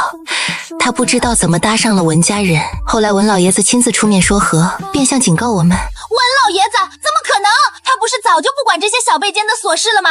这个姓纪的真是太让人恶心了，斗就斗，居然还请外援。哼，你当这是小学生打架，还你打我一下我打你一下吗？可恶，文老爷子为什么要帮他？我从来就没听说过文老爷子是那么有爱心的人。听说是他的那位妻子机缘巧合救了文老爷子，还特别和文老爷子的眼缘。可是他为什么非得针对二姐？明明二姐的产业那么多，就算他使劲发展他的建筑行业，也跟二姐的其他产业对不上啊。白宁冰瞧着表情难看的两个姐妹，突然笑了笑。行了，如今不是好多了吗？你们也别愁了。如今我一文不名，正好能看看他到底想做什么。身无分文，一文不名，才能知道对方到底是故意针对他这个人，还是只是想吞并产业，谋求他自己的发展。那二姐，你打算以后就只发展你的科技产业吗？这个产业投入很大啊，不知道什么时候才能看到成果。科技产业是未来最好的产业，本来早就想进行产业重构升级，之前还要考虑拖着白家那一群吸血鬼，如今没了负担，更轻松，这样也挺好。就算变相的让二姐你甩掉了一个包袱，但是让你遭受损失也是真的。等回头我接了家里的生意，就帮你针对他。哼，我还就不信他能把所有的计划都预知了。你添什么乱？你接手牵事，光学习就得一段时间，有那功夫，二姐都重新起来了。还是老老实实做你自己的事儿吧。二姐比你有成算，再不济还有我们呢。忙了这么多年，好不容易能休息会儿，急什么？二姐，你怎么就一点都不急啊？二姐什么时候急过？这么一说，好像也是，从来没见二姐急过。好吧，那二姐你有需要就喊我，我肯定随叫随到。三个人又聊了一会儿，就一起出门。我下午回来，屋子里一个人都没有，松了口气。白大小姐的闺蜜气场一个比一个强，又明明白白地表现出对我的不喜，太考验人的承受能力了。说是出门有事，其实根本没事，我不过是找个借口出去罢了。出去又没什么地方去，干脆去网吧码字。旁边玩游戏的美女时不时地扭头看我，游戏输了一次又一次。后来等人家忍不住想要搭讪的时候，我换机器了，结果换了一台电脑，旁边的女生又凑我跟前，还试图跟我搭讪，问我怎么会到这儿写东西，感觉像是想要从我这里获取正能量，搞得我非常无奈。回到家里，终于可以安心了。我换了衣服，伸个大大的懒腰，蹦跶着窝到沙发，想了想又觉得想洗澡，拿出手机确认白宁冰发来的消息，确实是晚上很晚才会回来，果断奔向卫生间，舒舒服服的冲了热水澡出来。我先把头发擦干再吹，泡了柠檬茶，拿出自己之前买的零食，美滋滋的窝进沙发，犹豫了一下，干脆先不码字，打开笔记本，找了一部计划要看的电影，开开心心的看了起来。看的时候，我不是去抓一点零食塞嘴里，就是喝一口柠檬茶。人世间最美好的事情，莫过于自己无事一身轻，洗完澡吹了头发，然后一边吃零食一边看剧。我自从来到这个世界，还是头一次这么爽呢。电影渐渐发展到高潮时，我入神的盯着屏幕，完全忘了自己身在何处。就在电影里的门突然被打开的时候，一阵不和谐的开门声响了起来，后期人员该被没收盒饭了。这开门声真是一点都不和谐。你中午没吃饭？白宁冰的声音突然从门口传来，我吓得一哆嗦，手里的薯片掉到了盘着的腿上，一抬头看到了白宁冰拧着眉头的脸。白宁冰长身玉立，头微微侧着，就那么拧眉看着我，不应该说是看着我已经空了的手。在白宁冰眼里，几步外的男人呆呆地睁大眼睛看着他，仿佛受到惊讶被定格住的小兽。有点像考拉。你不是晚上很晚才回来吗？我好不容易找回自己的心神和声音，尴尬的表情藏都藏不住，说出口的话隐含着控诉。白宁冰穿上拖鞋进屋，目光一向别处。事情办完就回来了。本来小五一定要去看看他的公司，但是宋老先生突然传唤，小五只好先回去看看是什么事儿。去公司的事情也就不说了，公司不会跑，早晚都能看，不急在这一天两天。你中午没吃饭？我轻轻地捏住薯片包装袋的一角，小心翼翼地朝外扯，脸上挂着笑。吃了，闲得没事看电影，顺便吃点零食。说着，薯片袋子被我扯到桌子下，然后立刻被扔进垃圾桶。在原主的记忆里，白大小姐从来就没碰过零食，这让我有种在她面前吃零食非常上不得台面的感觉。这都是垃圾食品，少吃点。是，偶尔才吃一点。对了，那你晚上要在家里吃饭吗？听到熟悉的家里2个字，白宁冰眼神变化了一瞬。我都想好晚上要订什么外卖了，如今又得自己动手。电影是看不了了，早也相当于白喜，刚刚瞎开心那么久，人世间的大喜大悲总是来得那么突然。你怎么了？没听到我如同之前的每一次一样问自己吃什么。倒好水的白宁冰偏头看我，发现我的表情居然有点可怜巴巴的感觉。没什么，你晚上想吃什么？什么都行，你看着做吧。那我就做丸子汤了，刚好早上榨豆浆的豆渣还有不少，本来想着晚上榨了丸子，明早喝丸子汤。既然你回来了，那就提前做好了。好，我先去忙。去吧，做好了我喊你。等白宁冰回屋，我把视线移到电脑屏幕上，隐约看到屏幕上那个字迹，我才惊觉他刚刚只顾着处理零食，居然忘了自己没有梳头发。我终于知道为什么刚才白大小姐的目光那么奇怪了，一咕噜从沙发上爬起来，直冲到卫生间，拿起梳子刷的梳起来，心里不停的捶地。为什么要自我放飞？难道不知道什么叫墨菲定律吗？这下好了，在白大小姐面前那副样子，真是丢人丢到家了。再想到刚才白大小姐那副金尊玉贵的模样，简直想拿头撞玻璃。其实我也不是特别在意外貌的人，可是不知道为什么，白宁冰就是很容易让人产生一种站在她身边不好好打理自己瞬间就会被比成渣夫。我十分怀疑白宁冰那么招人恨，也有这方面的原因。她惯常接触的都是有钱有势的人，年轻的二代们从小在富贵圈子里长大，大家平时在普通人面前都有优越感，偏偏有一个出门就用气质把别人秒成渣的存在，搁谁不糟心。之前的原主之所以没想过要去拿下白宁冰，就是没那个胆子和勇气。现在他要去给这道移动风景做饭了，还得好好做，然后继续保持着绝对的勇气无视他的魅力，跟他面对面用餐。炸丸子总是容易搞得一身油烟气，我表情认真的盯着油锅，手里的动作非常利索，不停的把一个又一个的丸子挤出来放进油锅。屋子里弥漫了满满的香味。进屋1个小时以后，白宁冰从屋里出来，刚开门就闻到一股油炸食品的香味，还隐约传来什么声音。他循着声音来到厨房，看到了表情认真的我的动作非常娴熟，嘴里还哼着不知名的小曲儿，俨然一副自得其乐的样子。金黄色的丸子一个接一个的被捞出来，一个小可爱出锅了，还有一群小可爱排队等着下锅。你们都是可爱的小丸子，味道肯定特别好，待会儿我会仔细把你们做成美味的丸子汤，不辜负你们辛苦一场哦。做个饭还能这么有意思的，是白宁冰见过的唯一一个。一时好奇，他双手环在胸前，依靠在门边看我还能做什么。我果然没让他失望。本来丸子也没剩几个了，我把丸子捞出来，转身去切起好的菜，居然还能自言自语，你们也是小可爱，长得这么漂亮一定很辛苦了吧，我也会好好对待你们的，保证让你们飘在汤上，不会让你们白活一场。自言自语的开心，我脑子里想的全是小说情节，正在头脑风暴。一扭头，门口骤然看见一个大活人，吓得他连退2步，脚下一滑，整个人朝后倒。白宁冰也被我惊了一下，立刻伸手去扶，还不等他扶到人，我已经及时按住身后的洗手池，稳稳地站直了身体。白宁冰的手握在我腰上，莫名的温度让我仿佛被什么烫了一下似的，机灵灵打了个寒战。你怎么会突然出现在这儿？差点被你害得摔一跤，有事吗？没有，出来倒杯水，听到你这边有声音，所以过来看看。我就是随便哼歌，不然只做饭有点无聊。丸子炸好了。是啊，对了，你要不要尝一个？白宁冰犹豫了不到1秒，瞧我怎么忘了？这丸子虽然吃起来香，但是对身体不大好，你要是不饿的话，就再等等吧，对身体不好。就算白宁冰不怎么了解这些，也知道这种东西只是油稍微大了一点，称不上对身体不好。他近前一步，你是怎么吃的？我懵了一下，意识到白宁冰真的打算尝一尝，下意识的把手里的筷子递给他。白宁冰接过筷子瞧了一眼，发现这筷子居然是用过的。白宁冰的动作顿住了，怎么了？没什么。他把筷子递还给我，在我茫然的眼神中直接伸手捻起一个丸子送进嘴里，我看得目瞪口呆。大小姐居然也会用手抓丸子吃，新鲜的丸子带着热气，一口咬开，满满的豆香和油香在口腔里弥漫开来。白宁冰被烫得忍不住倒吸一口冷气，不过确实很美味。2个人的距离本来就近，白宁冰就在我跟前，吃完一个丸子，白宁冰退开一点，余光瞥见我在呆呆的看他，侧头问怎么了？面前的脸突然转过来，我再次被吓了一跳。好在这一次后退的时候脚下没有打滑，而身后是墙，后背撞到了墙上。没什么，丸子好吃吗？不错。你要是没事就出去吧，厨房这边油烟大，丸子已经炸好了，丸子汤做着比较容易，应该很快就能好。去吧，做好了我喊你。终于艰难的做好了丸子汤，原本喜悦的心情已经完全没有了。白宁冰很清楚的感觉到我的情绪有点沮丧，我给他舀了一碗东西特别多的，自己却喝特比稀的那种。你不是炸了很多丸子吗？怎么不多做点啊？你还不够吃吗？我抬头看他的碗，碗里满满当当的，按照他平时的食量应该够了啊？难道说今天很饿？他伸出修长的手指指我的碗。你碗里？哦，我闻油烟气闻多了，不想吃。我才不会承认是我去喊他吃饭之前称了体重，比前几天重了2斤。白宁冰没再说什么，不过看到我吃饭的时候，后，时不时就看着他的碗发愣，眼神里饱含了好想吃的信息。再想到我平时吃饭之前爱去称体重的行为，恍然明白是怎么回事了。你今天零食吃多了。这句话不是疑问句，而是肯定句。我感觉自己心口一下子就被插了一把刀。我没有，白宁冰没有说话，只是瞥了我一眼。好吧，我是有吃零食，但是只吃了1碗果冻、1盒饼干、1小包爆米花和半包薯片。只是……这么一说，好像是有点多。可是这么多零食加在一起的重量也没有2斤啊。零食里都是添加剂，还是少吃点吧。如果想吃，就出去吃钱的事情我来想办法。我万万没想到白宁冰会说出这样的话，原本心头升起的一丝怒火瞬间就被浇灭了。对面还是一张淡然的脸，但是刚才的关心是真心实意的。其实白大小姐人真的很不错了，人家也是好心好意劝我。我知道了，以后我会尽量不吃零食的。白宁冰没再说什么，我也老老实实的吃饭。吃过饭洗了碗，我继续进行自己每天都会进行的码字活动。谁知道这次白宁冰没有无视我，而是从卧室出来坐到了我旁边。今天我已经跟那几姐妹说过了，以后她们不会再对你摆出今天那样的态度。过去她们对你的误会如今已经解释清楚，往后她们如果再来，你也不用再特意躲出去。你是说你的那几个闺蜜？白宁冰点点头，没事没事，她们误会不误会的都不重要，反正她们是你的闺蜜，也不是我的闺蜜，我不介意的。再说她们看不顺眼，我也很正常。我确实不是她们能看得上眼的人，往后大家井水不犯河水就好了。她们来找你的时候，我不在，你们说话会更方便。而且我今天真的有事。好，你还要继续写小说吗？对啊。你的电影看完了？我还差一点，有空再看。如果不想被我知道，可以买一个耳机戴上。我默默地收回本来要去拿杯子的手，僵硬地笑了笑。我为什么要介意被你知道？你知识渊博，学识广博，很了不起的吗？他没有回答我的话，反而帮我把杯子拿起来递到我面前。如果想写出好的小说，单纯看电影没用，要分析才行。我不怕被打扰，其实你可以随便看。好，知道了。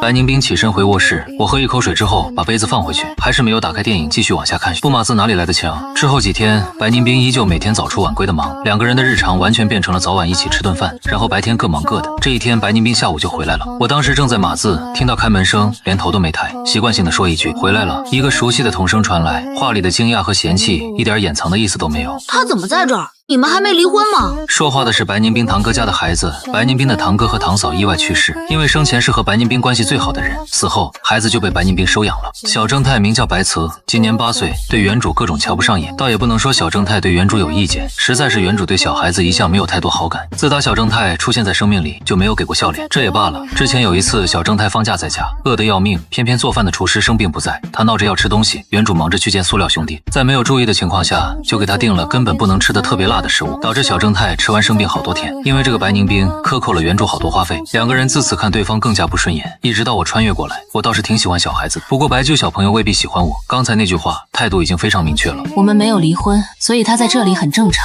不仅如此，以后你也要跟他住在一起，他掌握着你的口粮。什么？小姨，你不是在开玩笑吧？之前他在白宁冰面前表露出对我的不喜，白宁冰从来没有任何反对的意思，只要不是特别过分，他根本不会管。为什么这次不一样了？小姨，他们说的该不会是真的吧？你真的破产没有钱了，所以才会不得不忍受着这个男人。我没说话，很好奇白宁冰会怎么说。白宁冰淡定的屈指一敲，白起小朋友的脑门。小孩子说话也要注意，不要以为童言就可以无忌。我确实破产没钱了，所以你没得选。白曲张大嘴巴瞪大眼睛，愣了3秒，然后猛摇头。不可能，我爸爸以前说过小姨你是最厉害的人，最厉害的人怎么会破产呢？而且你的生意超级无敌大的，怎么可能一下子就全都没有了？天哪，我还没有长大，我要怎么挣钱养家？我还是一个宝宝啊，居然就要肩负起养家的重担了吗？可是我又能做什么呢？我才上小学3年级，要不然小姨你送我去做儿童模特好了，反正我也学过怎么走 T 台，长得又帅，应该会有人愿意要。不可能的，因为你一点背景都没有。你以为那么多明明长得很丑的儿童是怎么去做模特的？他们不仅挑长相，也挑家世，不信你现在已经没有家世了。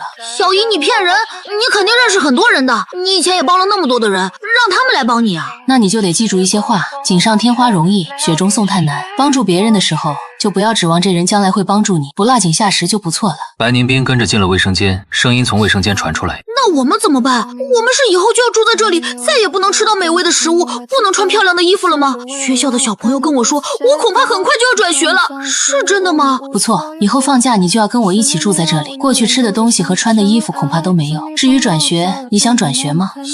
我同学他们都在笑话我，还以为我不知道呢，我全都听到了。但是你不会转学，给你交的学费还有1个学期。白宁冰带着白操出来，来到客厅的沙发坐下。我刚才假装在码字，这会儿不能再视而不见，默默地拿出橘子放到白彩和白宁冰面前的桌子上。家里没有其他水果了，先凑合凑合吧。可是他们都在说我很讨厌。在自己没有实力的情况下，被人说甚至笑话是很正常的事情。但是就算以后你事业有成，身居高位，也一样会被人说甚至笑话，情况会比现在更严重。如果你足够强大，他们就会避开你，不在你面前说你还没有喊人。他边说边给白刺剥了个橘子，在白醋伸手去拿橘子的时候，朝我略微侧头。白树扭头去看，听到白凝冰的话，又扭头朝他看过来的我，张张嘴顿住了，犹豫了一下，还是问白凝冰：那我到底该喊他什么？要不然还是叫我小雨吧。好的，小雨。你这是放假了吗？你想吃什么，我给你做。你还会做饭？那你之前为什么不做？他萌萌哒地看着我，问出来的问题却相当犀利。之前家里有厨师。那你说的跟真的一样，好像有多厉害似的。吃米饭没问题，米饭随便炒几个菜就行。不过到底还是有些不同的。做饭的时候，我花了比平时更多的心思，把米饭和菜都尽可能的做得有童趣一点。我个人还是挺喜欢小孩子的，以前兄弟家的小宝宝，他时不时也会逗一逗。刚刚看到白衣，我就挺喜欢。小正太长得真的太可爱了，如果不是两个人之前关系不太好，我估计早就跑过去抱他了。白七被白凝冰带进了屋子里，过了会，我做好了饭菜去喊人。白醋已经换了一身睡衣出来，自己乖乖的洗完手，坐到我给他准备的座椅上，看到桌子上的饭菜，好像很惊讶。这些都是你做的？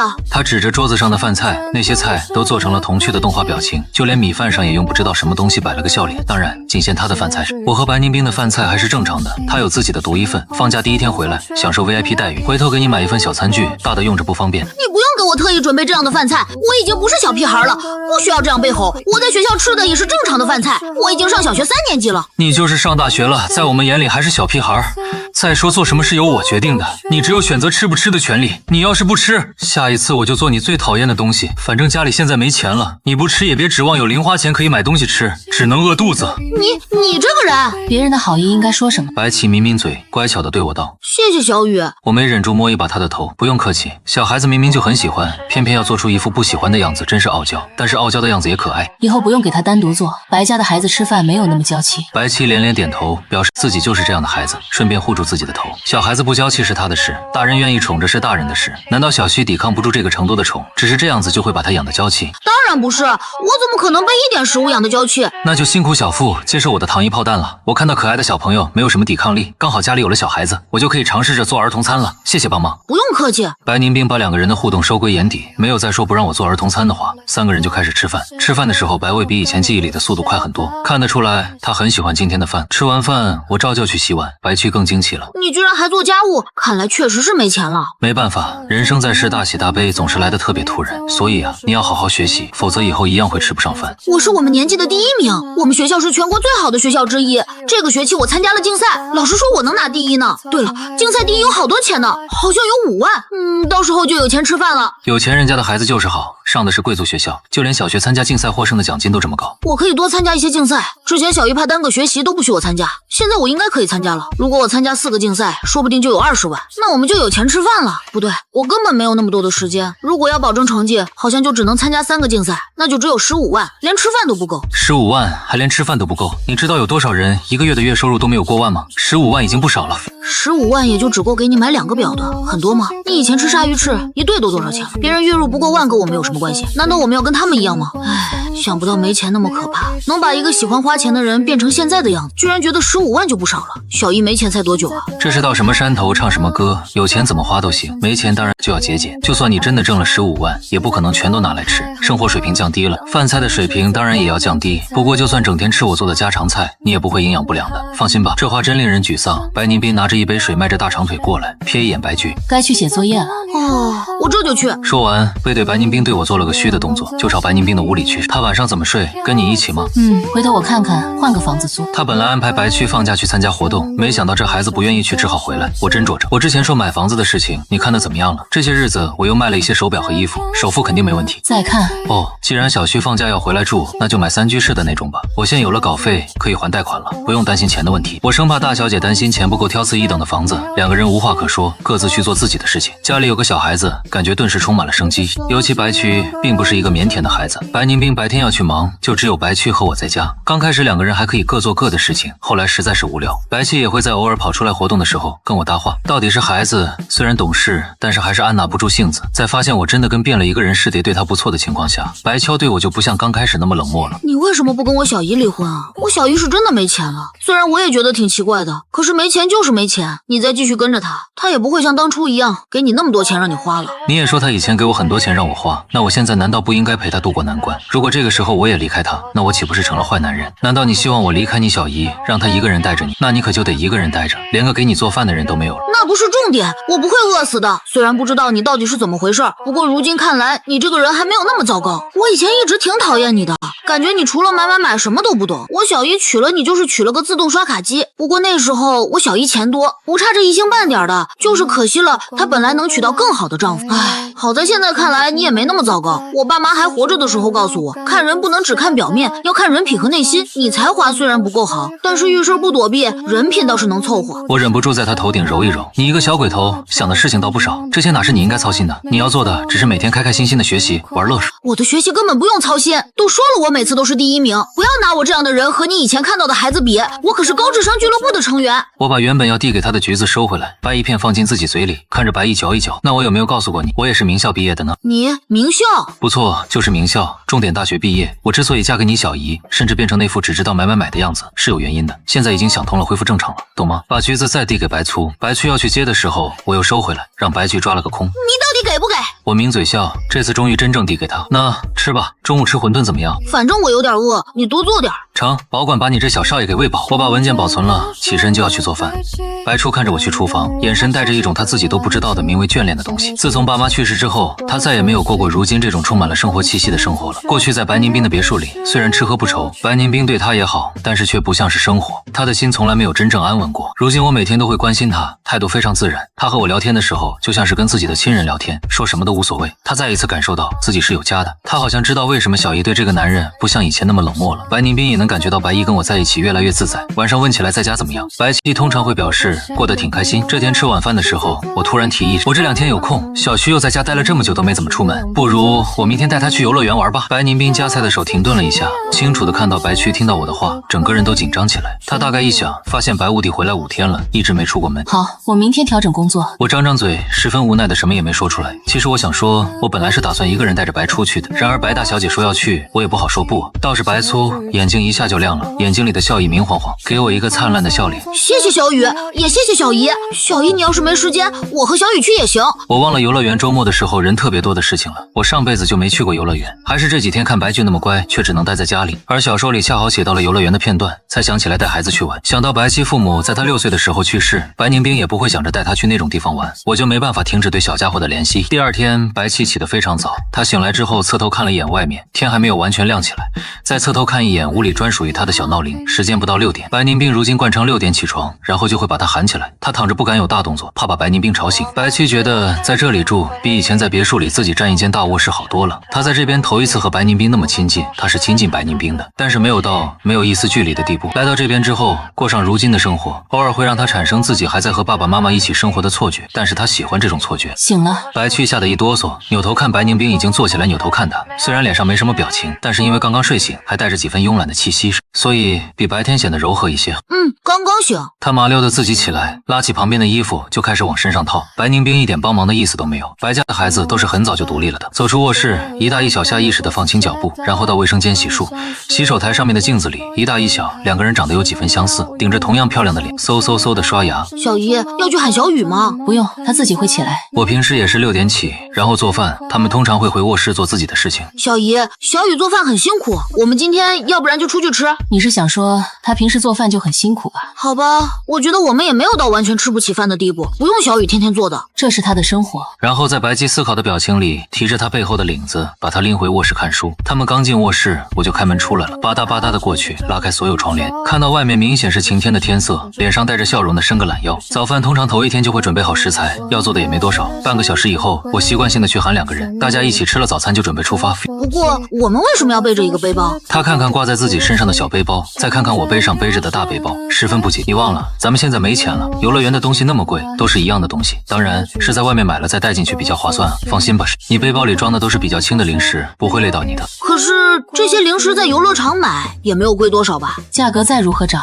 也有一个上限。零食而已，能涨多少钱？我拉开他背上的背包，拿出来一包饼干。这个饼干我在超市里买是10块钱，你可以等会儿去游乐场看看卖多少钱。看看就看看喽。了。他嘴上嫌弃，还是老老实实转过身，让我把零食塞进自己的背包里。三个人这才正式出发。白宁斌开车带大家过去。路上我闲着没事儿，干脆给白驹讲故事。我当然不能给上小学3年级的小屁孩讲他自己写的故事，思来想去还是讲童话故事好了。讲的是比较经典的灰姑娘。这个故事本身也没多长，讲完也就不到10分钟。白姬看似认真的听完了，非常捧场的给出评价。小雨，你普通话挺不错的。我哭笑不得。你有没有认真听我讲故事啊？我知道灰姑娘的故事比较经典，你应该听过或者看过，但是孔圣人说了，温故而知新，你应该有一些新的收获才对。你说的对，但是这个故事我已经想过很多次了，没什么可想的了啊。我们班的女孩子都是为了故事里灰姑娘和王子的爱情感动，但是我在小姨的引导下已经认识到了灰姑娘，就算是灰姑娘，那也是伯爵的女儿，跟王子还是匹配的，所以这就是个门当户对、历经波折，最终皆大欢喜的爱情故事呗。我哼哼一笑，好啊，那你告诉我，如果你是灰姑娘，生活在那样的家庭里，你要怎么办？是一直善良的忍受着继母的折磨，还是想办法给父亲告状，亦或是自己反击？跟父亲告状肯定不行，如果父亲在乎他，仙杜瑞拉就不会被折磨那么久了。自己反击也不太行，如果做得太明显，对待长辈不好，名声坏了就嫁不出去了。他也不能跑，跑出去的姑娘一样会名声坏掉嫁不出去，所以他唯一能做的就只有忍受。你小小年纪思路倒是挺清楚，按照你的想法，灰姑娘的命运就是注定的了。当然不是，看上去唯一能做的就是忍受，但是其实能做的很多，比如说名声这个东西，对待长辈不好是错，那继母对待继女那么不好也一样是错啊。继母还有另外2个女儿，她也得想一想，如果她的名声不好，她自己的女儿会不会没人要？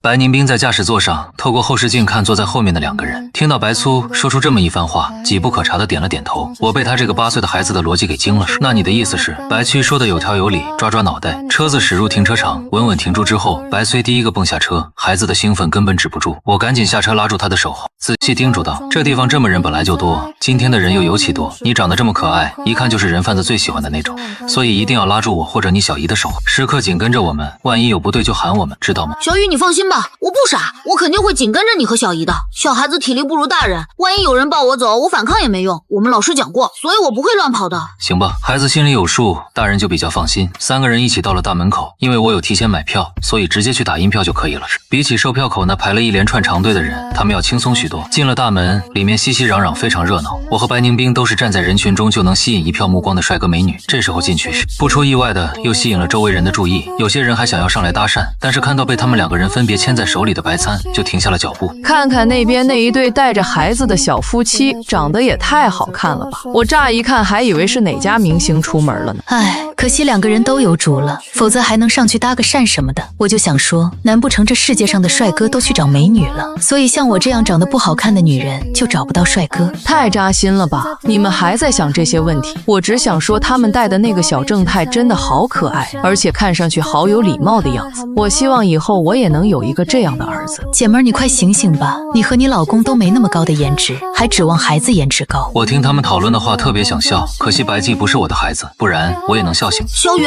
咱们先去玩什么？这个要看你想玩什么。我觉得过山车和碰碰车都不错，你觉得感兴趣吗？我自己也没有来过游乐场，知道的项目就只有那么几个。白姬犹豫了一下，瞧瞧远处过山车的轨道，下定决心。那咱们就去玩过山车好了。那就先玩过山车，再玩碰碰车。过山车那里的人不少，不是大人带着孩子，就是情侣过来玩。我不等白宁斌过去，就自发自觉地排到了队伍后面，还对白醉和白宁斌挥挥手。我在这里排队，你们要是累的话，就去旁边休息。周围人看我们的目光都变了，旁边有女人羡慕的不行，跟男朋友说，这样级别的帅哥居然还愿意排队，让老婆和孩子去一边休息，这也太让人嫉妒了。怎么了？你对如今的情况有意见？你光看到人家帅哥排队，怎么不看人家老婆长得漂亮呢？而且那女人身上穿的都是名牌，一身加起来少说的5万，你要有那财力，还能雇人过来帮你排队呢。那帅哥肯定是脑子不好使，或者家庭地位低。我要有他的颜值，根本不会找这样不爱自己的女人。男人一不小心把心里话给秃噜出来了，惹得他女朋友对着他腿就是一脚。说什么呢你？有本事你再说一句。没，我瞎说的，开玩笑而已。你人品那么好，怎么可能会做出那么没品的事？白七拽一拽白宁斌，那话他都听到了，不信自家小姨听不到。让小雨去排队会不会不好啊？你们老师没有告诉过你男女平等吗？这个项目他排队，之后的项目1人1个，包括你。白区松了口气，原来不是要压榨顾小雨的劳动力。过去他是不喜欢顾小雨不错，不过现在已经对我改观了。要是以前的顾小雨，随便白宁斌怎么折腾他都没意见。现在的顾小雨，白宁斌折腾他却会心疼。现在的小雨多好啊！几个女人有的结婚了，有的没结婚，就这么着又把话题扯到了完全不相干的地方。白青不想再听他们废话，就拉着白宁斌去旁边坐下。既然不是让顾小雨宇一直排队，那就没必要心中不安了。反正待会儿大家都一样要辛苦。排了一会儿队，轮到3个人，白区毫无疑问坐中间，我和白宁冰分别坐2边，都坐到过山车上了。还有贪看他们容貌的人，不停扭头看他们，看得顾小雨挺不自在。可是侧头一瞧，白宁冰大小姐坐在过山车上，就像是坐在办公室，依旧是贵气逼人，好似完全不受影响。再去看白聪，人家根本就无视周围的人，眨巴着大眼睛，喜滋滋地检查自己的安全设施，还不忘提醒顾小雨：小雨，你再看看你有没有把带子系紧，不要大意哦，检查一遍没什么问题。没问题了，放心吧。说完，我又去看白宁冰，白大小姐非常淡定地坐着，好似根本不在意这些。我突然就很好奇，过山车这么刺激的项目，白大小姐到底会不会像普通人反应那么大，还是说就算坐过山车，她也能做到安然不动？待会儿一定要好好看看。打定这个主意，我从过山车启动开始，就一直分神注意着白宁冰。开始车子开得很慢，再一点点地沿着轨道上升，眼看到了最高点，我的心都提了起来。最关键的要开始了，车子就要抵达顶峰的前1秒，白宁冰终于屈尊降贵地分开双手握住安全设施，但是脸上表情没有任何变化，依旧如同刚才一样直视前方。下一秒，车子从顶峰开始朝下冲，速度越来越快，我承受能力还行，没有到接受不了的程度。白后小朋友除了兴奋还是兴奋，一点都不害怕。周围响起了各种各样的惊叫声，有激动的，有惊恐的，唯有白宁冰，虽然风把他的头发都吹乱了，但是他除了皱起眉头，什么反应都没有，好像坐的根本不是过山车一样。我感受着迎面刮过来的大风和不断晃动几乎要失去控制的身体，瞅着旁边就算是左右摇晃，甚至正反颠倒也不改淡定的男人，心里忍不住吐槽，白大小姐还真就能做到淡定，一如平时啊，这样坐过山车还有什么意思？过山车的车程不长，满打满算也没几分钟。等车子的速度慢慢缓下来，周围的惊呼声逐渐消失，白娇兴奋的表情还没有彻底散去，我就那么看着白宁冰，即使头发有些凌乱，也依旧掩盖不了气质。小雨，是不是很爽啊？我上一次来还有点害怕呢，这次来做真是一点都不怕了，我觉得我超级勇敢。脚才踏上坚实的地面，白七就一把拽住顾小雨的胳膊，兴奋地说，难为他走一步差点歪倒在地上，我赶紧扶住他，自己却一动不敢动。是，咱们小区特别勇敢，才8岁就能坐过山车，不害怕了，比我可厉害多了。我初中的时候坐过山车，害怕的还哭了一场呢。那时候家里附近的公园里装了过山车，我难得放假有空，被同样得闲的爸妈带过去试了一次，整个过山车行驶的过程中都不敢睁开眼睛，就这样下车之后还一屁股坐到地上哭了一场呢。那时候年龄小，没感受过这么刺激的东西，也难为我一个小孩了。那你还真胆小，我6岁之前坐也没有哭呢。放心吧，以后你再害怕什么可以拉着我，有我陪着你，你就不用怕了。好，那我就先谢谢小树了，这就是个小天使啊！这么暖心的话，配着一脸萌萌哒的表情，我心都要化了。接下来去玩哪一个？碰碰车。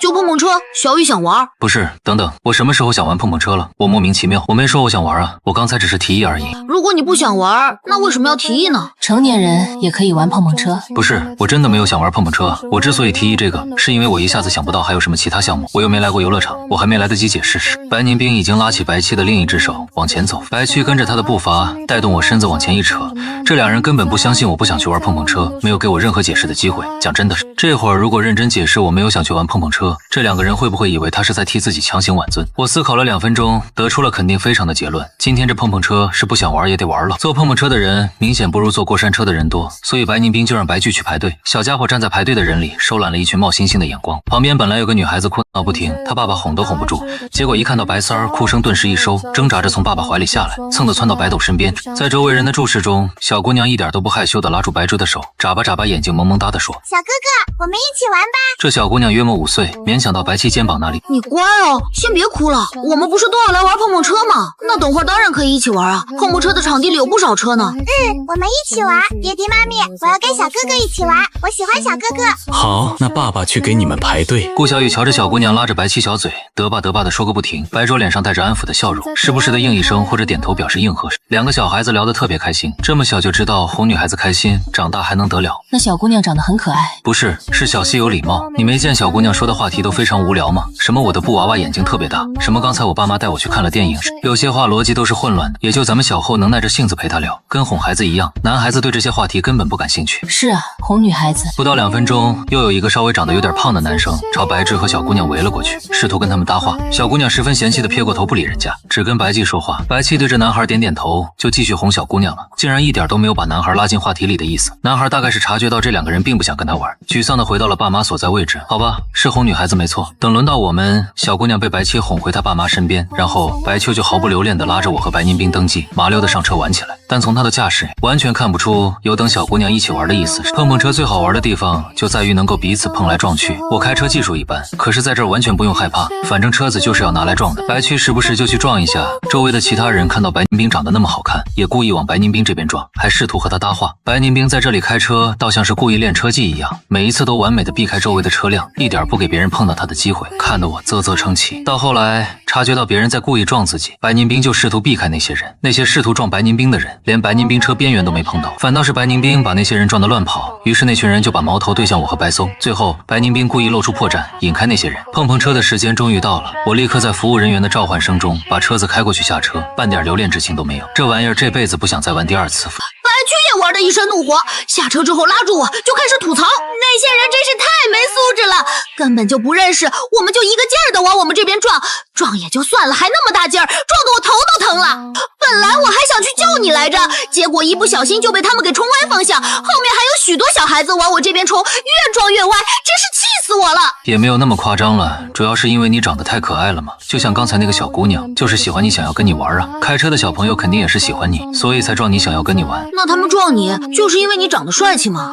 你是长得挺帅的，不过你的技术也是真的差，我小姨就成功躲开了一堆人的围攻呢。对了，她后来好像还帮你摆脱了被人围攻的局面。想到白宁兵刚才的表现，白区二话不说拉住白宁兵的手，满脸崇拜。小姨，还是你厉害，你教教我呗。刚才明明有那么多人都想要撞你，却一个都没有撞到。那个谢谢啊。白宁兵不甚在意的对我点点头，然后毫不留情的对白追道：你年纪小，个子低，油门和刹车都踩不稳，就不要想那么多了，先多吃点长个子再说吧。人生在世，总有些事情是无能为力的，比如说身高。白柱一下子就蔫了，他的个头搁在班里也不算低，可是到底年纪小，怎么可能跟大人比嘛？没事儿，你长大了肯定比你小姨还要厉害，放心吧。不过晚上睡觉前可以多喝一杯牛奶，以后我给你准备，多喝牛奶能长高。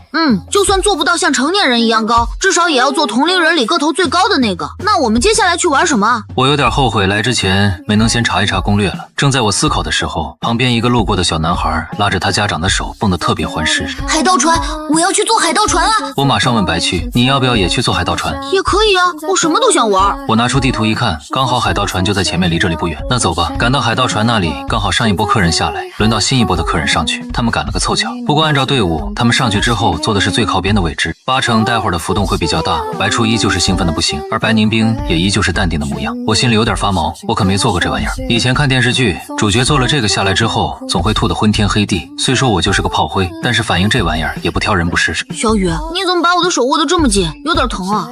抱歉啊，我就是有点激动。我不好意思说自己紧张，只说自己激动。松开一看，白柱的手都有点红了，可把我心疼的不行。你怎么样？是不是很疼？还好，没事儿。不过你也不用这么激动吧？你跟他换个位置。白宁兵突然冒出来这么一句，另外2个人都是一愣。为什么？为了防止失重。白七和我跟着看过去，他们坐在最左边，右边都是大人，小孩子在中间。乍一看，他们这边的重量好像确实跟右边差的有点大。那好吧。白七站起来跟我换了个位置，这次变成我坐在中间，而白旭和白宁兵分别坐在他的右手边和左手边。我才刚刚弄好安全措施，左手就被白宁兵握住了，而右边的白球也紧跟着握住我的右手。一大一小2个人分别握住我的手，让我有种自己被2个人保护着的感觉。这种感觉太令人感动了。海盗船动起来，幅度越来越大，很多人已经开始跟着节奏惊呼。还好，比我想象中的好多了。虽然有点刺激，但是没那么可怕，我应该不会吐。就说我一个炮灰哪来的主角待遇，就没长一个能矫情的身体。海盗船晃了一会儿，幅度慢慢变小，我感觉白宁兵握着自己的手松了一点。等海盗船终于停下来，两边的手就都松开了。小雨，你真勇敢，都没有吐也没有哭，比我想象的厉害。我只是刚开始有点担心而已，并不是真的害怕。我还不能那么说，只好道：是啊，我毕竟是大人嘛，你也比我想象中的厉害哦，很棒呢。就算大人也有很多人胆小啊，比如说那边那个人。白去说着，指向垃圾桶旁边拿着塑料袋吐得昏天黑地的一个女人。那你看她就吐得很厉害呢。我顺着她指的方向看过去，那女人长得还挺美，就算是吐也保持着最起码的风度，关键是气质居然能不受影响。周围的服务人员急匆匆地过去问候，女人略微抬了一下头，我不经意看到对方的脸，总觉得那美女看起来有些眼熟，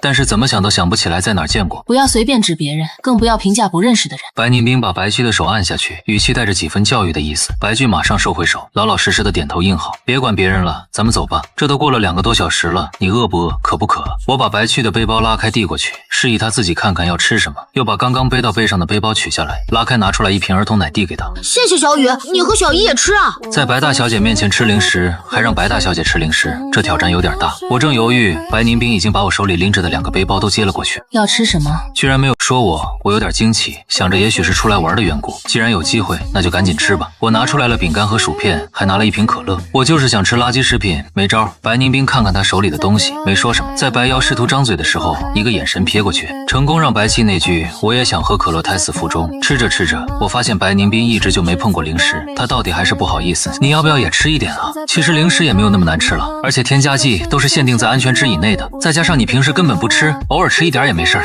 没那么夸张，不会吃出毛病。你吃吧。白宁冰没有直白的拒绝我，但是意思已经很明显了，我只好吃自己的。不过又问了一句，那你要不要喝水？我带了矿泉水，下次再买那个牌子的瓶装水。行，我无语的在心里叹息，大佬都没钱了，喝水还要喝名牌水，也不知道这水跟水能有多大差别。几十块钱的水难道就比2、3块钱的水好了？还不都是矿泉水。稍作休息之后，白超想去看电影，3个人朝着放动画片的地方去。路上白舅叽叽喳喳的嘴还说个不停。上次来的时候本来说好要去看电影的，结果我爸妈赶时间，愣是没看着。我就想看看这地方的动画片和其他电影院里的有什么不一样。今天可算是逮到机会了，我们班同学说这里的电影比较好看，我就特别好奇能有多大差别啊？不过是心态不一样罢了。估计这孩子待会儿就得失望，我心中摇头。孩子太聪明的结果就是看什么都没有惊喜，因为都在意料之中。果不其然，刚开始要进去的时候，白七还挺高兴，看了一会儿就完全无感了，拉着我和白宁冰要出去。出门之后一个劲儿的吐槽，这电影跟平时看的没多大差别，亏得我刚才还那么期待，都是骗人的。我同学肯定是骗我过来浪费时间，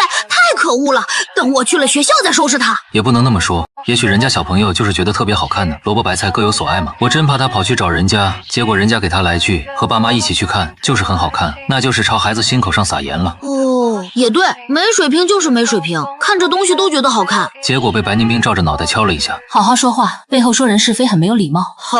他摸着被敲的后脑勺，鄙视的表情不见了，又变成了那个可爱的小正太，只是眼神看起来怪怪的。你在想什么？唉，我只是想看到这样的电影都觉得好看。那个同学大概没见过什么好东西。我听得目瞪口呆，短短不到3秒的时间，只是被白宁冰敲了一下，这孩子就无师自通如何暗戳戳的隐忍了，这样没问题吗？我僵硬的去看白宁冰，白宁冰好似对此一无所觉，摸摸白柱的头，还带着几分夸奖的意思。不是，等等，这么着教孩子真的没问题？这孩子分明就知道这样会让别的小朋友鄙视那位同学，顺便让那位同学有苦说不出，他根本就是故意的。小雨，你放心吧，我是个有爱同学的好孩子。我只好笑笑，东西是玩完了，一看时间居然已经11点多了，这马上12点了，咱们要不要去吃点东西？虽然不怎么饿，但是也该吃饭了，总不能靠着零食充饥吧。我要吃麦当劳。别的小朋友想吃那个我可以理解，可是你以前也是整天吃美食的人，怎么也喜欢吃那个？我都不好意思了好吗？整天做饭做得那么用心，小家伙居然还要去吃麦当劳，大小姐该不会以为他平时不在家的时候我做饭都是糊弄吧？我就是想去尝尝啊，那边的气氛跟其他地方不一样，就算天天吃美食也不耽搁我偶尔换换口味啊。小姨就让我吃一次吧，吃一次也不会怎么样的，垃圾食品偶尔吃一次也不会生病啊。再说今天就让我高兴高兴嘛。白宁冰就那么长身玉立的站着，我觉得白七也是个狠人，换成是我反正是做不出来拉着这样的人摇胳膊的举动。最后白宁冰还是同意了，带着白去吃麦当劳，还问我你要不要吃，还是去吃别的东西？我都行，好久没吃麦当劳了，我当然无所谓。说起来好久没吃，我也挺想吃的，刚好趁着今天跟白搜一起过一过嘴瘾。说起来他倒是忘了，之前还跟白去约好了一件事情来着。小七，你不是要去问问这里面的东西的价格吗？哦，对，想起来出门的时候确实有这么一出。他立刻松开2个人的手，朝旁边的商店跑去，我赶紧跟在后面，这儿人这么多，别给跑丢了。等到白去从店铺里出来，脸上都是惊讶和不可置信，一瓶饮料的价格居然可以翻1倍，天哪，这已经不符合常理了。没有不符合常理，而是一直都这样。旅游景点的东西还会更贵呢，比如说一根烤玉米，我们平时吃只要4块钱，但是在旅游景点却可以卖到10元。为什么？因为生意是一次性的，游客走了以后不会再来第2次，而往往会买东西吃的人很多都是没带食物的人，那会儿肚子饿了，哪里还管什么价钱，又不是吃不起，就干脆买来吃吃。还有成本。哦，对，还有你小姨说的成本问题，一根玉米是不贵，就算是烤玉米也要不了多少钱，可是想要把玉米带进去，却要额外给旅游景点的管理处交钱，这部分钱肯定也要分摊在游客身上，所以价钱就比较贵。那最挣钱的一定是旅游景点的老板了吧？毕竟他只需要建成旅游景点，然后找一些人管理，就可以收不少钱了。如果再加上游客掏的门票，那钱就更多了呢。到底是从小生在生意堆里的白家人，这反应速度真是让人不服气都不行。我回想自己像白巨这么大的时候，大概还在傻玩吧。那你也要想想，怎么才能让官方同意把一块地给你，又要怎么弄来那么多钱建造旅游景点，甚至于之后如何招揽合适的管理人员，以及如何维护，这些都要想清楚。有点复杂，不过没关系，我还小呢，等我长大一点就一定能搞清楚了，到时候再想办法吧。哪有那么容易哦？我心里摇头。大小姐只是随口那么一说，让白皙明白事情没那么简单。真到了要做事的时候，还不知道有多麻烦。连大小姐这么厉害的人物都失败了，难道大小姐不懂那些道理吗？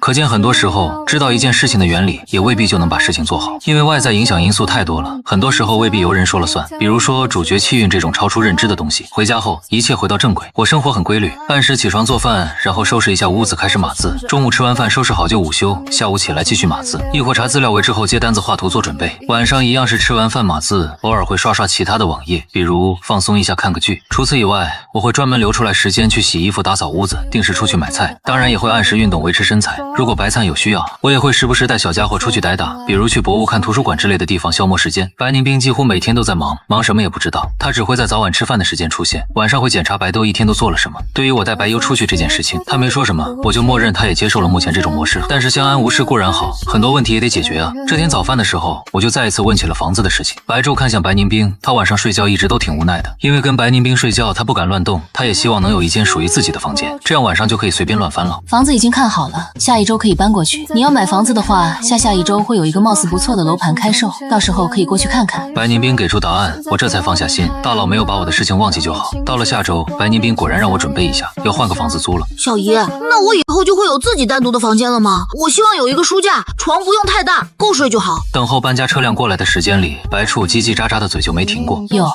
我就知道小姨你最好了。小雨，我们就要换大一点的房子了，你开不开心？小雨和白瓷、白宁冰搬入了新租的房子，三人开始整理。开心啊？为什么不开心？我其实没多大感觉，反正都不是我的房子，住在哪儿对他来说没什么差别。我打小住的就是2室2厅，身为独生子，爸妈也是不着痕迹的一直宠着，对于大房子倒是没什么渴望的。人嘛，如果一直没有缺过爱，生活上也没有吃过没钱的苦，加上性格不是很要强的那种，大概就很难对物质有特别强烈的渴望。我就是典型的看似没有大富大贵，实则一直生活在幸福里的人。要是说句真心话，我还觉得小房子住着省事儿又温馨呢。不过温馨是一回事儿，现实情况是另外一回事儿，也不能让白秋一直跟白宁冰住一起，不是？我也特别开心，我回头要挣钱买很多书，这里连个正经的书房都没有，我都憋了好久了。这才是白起小朋友最大的怨念，房子太小，什么都装不下，又是租来的房子。白宁冰没有像在以前的别墅里一样单独给他书房，他闲的时候都没事做，不得不看那种幼稚的动画片，都快无聊死了。我看你之前不是一直都有看动画片吗？原来你这么爱看书啊。我那不是实在没事做才看的吗？那么幼稚的动画片我才不爱看呢，可是班里的其他学生爱看。小姨说过，人可以聪明，但是在实力不允许的情况下，绝对不能脱离群众太远，否则遇事就会被人排斥。妈呀，大佬果然是大佬，白七才这么小，大佬就已经教他这么深奥的道理。我还说过什么？哦，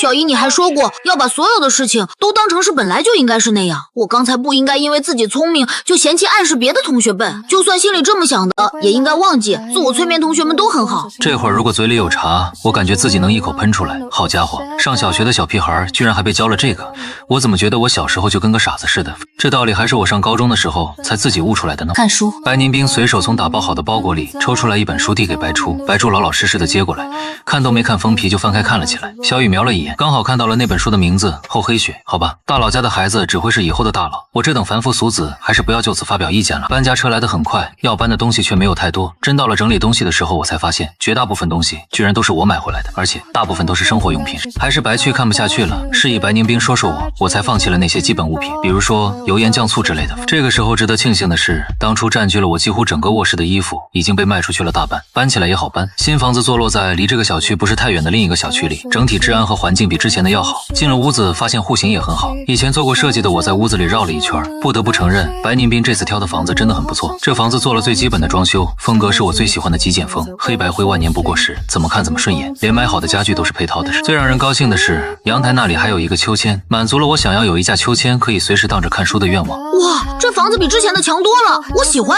我也喜欢。白宁冰迈着大长腿，边走边示意搬家工人把东西都放到相应的位置，看一眼那两个满足的一大一小，眼神有一瞬间的温和。很快又继续指挥工人干活。大概1个小时以后，搬家工人把东西都放好离开，我从包裹里找出一早备好的毛巾，冲着白姬挥了挥，小七可以开始为我们的新房子努力了。我擦桌子和扫地，剩下的归你。没问题，玻璃和拖地都归我。我呢？这让两个互相配合的人一愣啊！小姨，你也要干活？不用了吧，我和小雨2个人就够了，我们可以搞定的。让他小姨干活，反正他没想过，以前也没见过，想一想都觉得非常接受不了。是啊，我们能做得完，你可以去做你自己己的事情。这么久了，我从来没见白大佬做过这些。不得不承认，如果看到白大佬做这些粗活，我会有负罪感。我来擦玻璃，你们去做其他的吧。他扫视了一眼快到房顶的阳台玻璃，直接给自己找了活。说完，不等我说话，就接过了我手里的另外一块毛巾，感觉手指那里被人不小心触碰到。我下意识的打了个寒战。怎么了？冷吗？没有，大概是这些天喝水少有点上火吧。没事儿，我这2天多喝点水就行了。肯定不是因为被白大佬碰了一下，他又不是玻璃人，还碰不得了。少吃点零食就好了。一把刀凌空朝我心口扎过来，成功让我黑了脸。听到这句的白球瞅2个人，确定白宁斌没注意他，麻溜的先朝我的卧室跑了。再不跑，小姨指不定就要把刀子朝他这边扔过来了。他还想吃零食呢。我没有，得到的是白宁斌直接转身留给我的背影。垃圾袋天天换，家里哪有那么多垃圾？小雨右手一巴掌拍在自己左手背，我怎么忘了这一茬？可是白大佬整天早出晚归的那么忙，又整天待在卧室，怎么还有时间观察客厅的垃圾袋呀？以后少吃零食，多喝水，开始干活吧。正在卧室擦床头柜的白呲，不知道小雨转念间就因为他小姨的言行举止，决定克扣他的零食。要是知道了，大概就不会选择看到苗头就立刻消失了。忙活了1个多小时后，屋子里终于打理好了，这其中还包括小雨假装扫地默默看白宁斌背影的时间。他才不会说他打算把白宁斌这样的人物写进他的新闻小说里呢，谁让他总是拿他吃零食说事儿。反正这个世界没有原本的小说拿白宁斌这样的现实版霸总做一下主角，肯定受欢迎程度极高。破产这一点就算了，按照破产之前的状况写，还是写实的，肯定受欢迎。小雨，我怎么觉得你今天看我小姨的眼神怪怪的？我懂，没事儿，我小姨肯定不介意，反正你们是夫妻，也没什么可不好意思的。你喜欢我，小姨也是应该的，不喜欢才糟糕呢。夫妻之间不就应该互相喜欢吗？要多萌有多萌，好险没让我笑出来。拿着毛巾准备去卫生间清洗的白宁斌，凑巧把2个人的对话收入耳中，露出了若有所思的眼神。我很快放重脚步声走进去，里面的2个人麻溜闭嘴，好像刚才什么都没说。打扫完屋子，并没有想象中的那么累，我还是决定自己在家做饭吃。这边也有大型超市，比之前那个小区的更大，以后买东西肯定更方便。这会儿得先去里面溜一圈，买点蔬菜和水果。这一次白气老老实实的不闹着去了，谁知道白宁斌又要去，我制止他，不用去，真的，我可以自己提回来。今天是第1次过去，我不会买太多东西的，买够今天吃的就行了，很快就回来。刚才忙活了半天，你们都休息吧。不去你怎么提零食回来？这个梗还能不能过去了？可是我确实想买点零食，不好说大佬什么，只能任由他去。最后我气呼呼的买了不少东西，2个人又提了3大兜子回来。看大佬提东西时有点糟心，可是谁让他总爱说我呢？3个人头一晚睡得很舒服，白宁斌嘴上没说，其实白起睡在我旁边，我也有些不舒服。自小就1个人一间屋子的我，并不习惯跟其他人一起住，哪怕白起乖巧不乱动，自己的地盘多出来1个人，也让我不痛快。我忙了一天，自我感觉不累，其实还是累了。洗漱完到床上，闭上眼睛就睡着了，一觉好眠，直到第2天清早。白去就更不用说了，自己睡一张床，喜欢怎么翻身就怎么翻身，美滋滋。接下来2天3个人都感受到了换房子的美好。这天白宁斌又喊小雨去看房子，这就是去看之前说的准备买的房子了吧？我期待了这么久，终于可以在这个世界有个窝了。要说白宁斌对他不错，白七也很可爱，哪怕大家彼此并没有确切的关系，小雨也拿他们当朋友。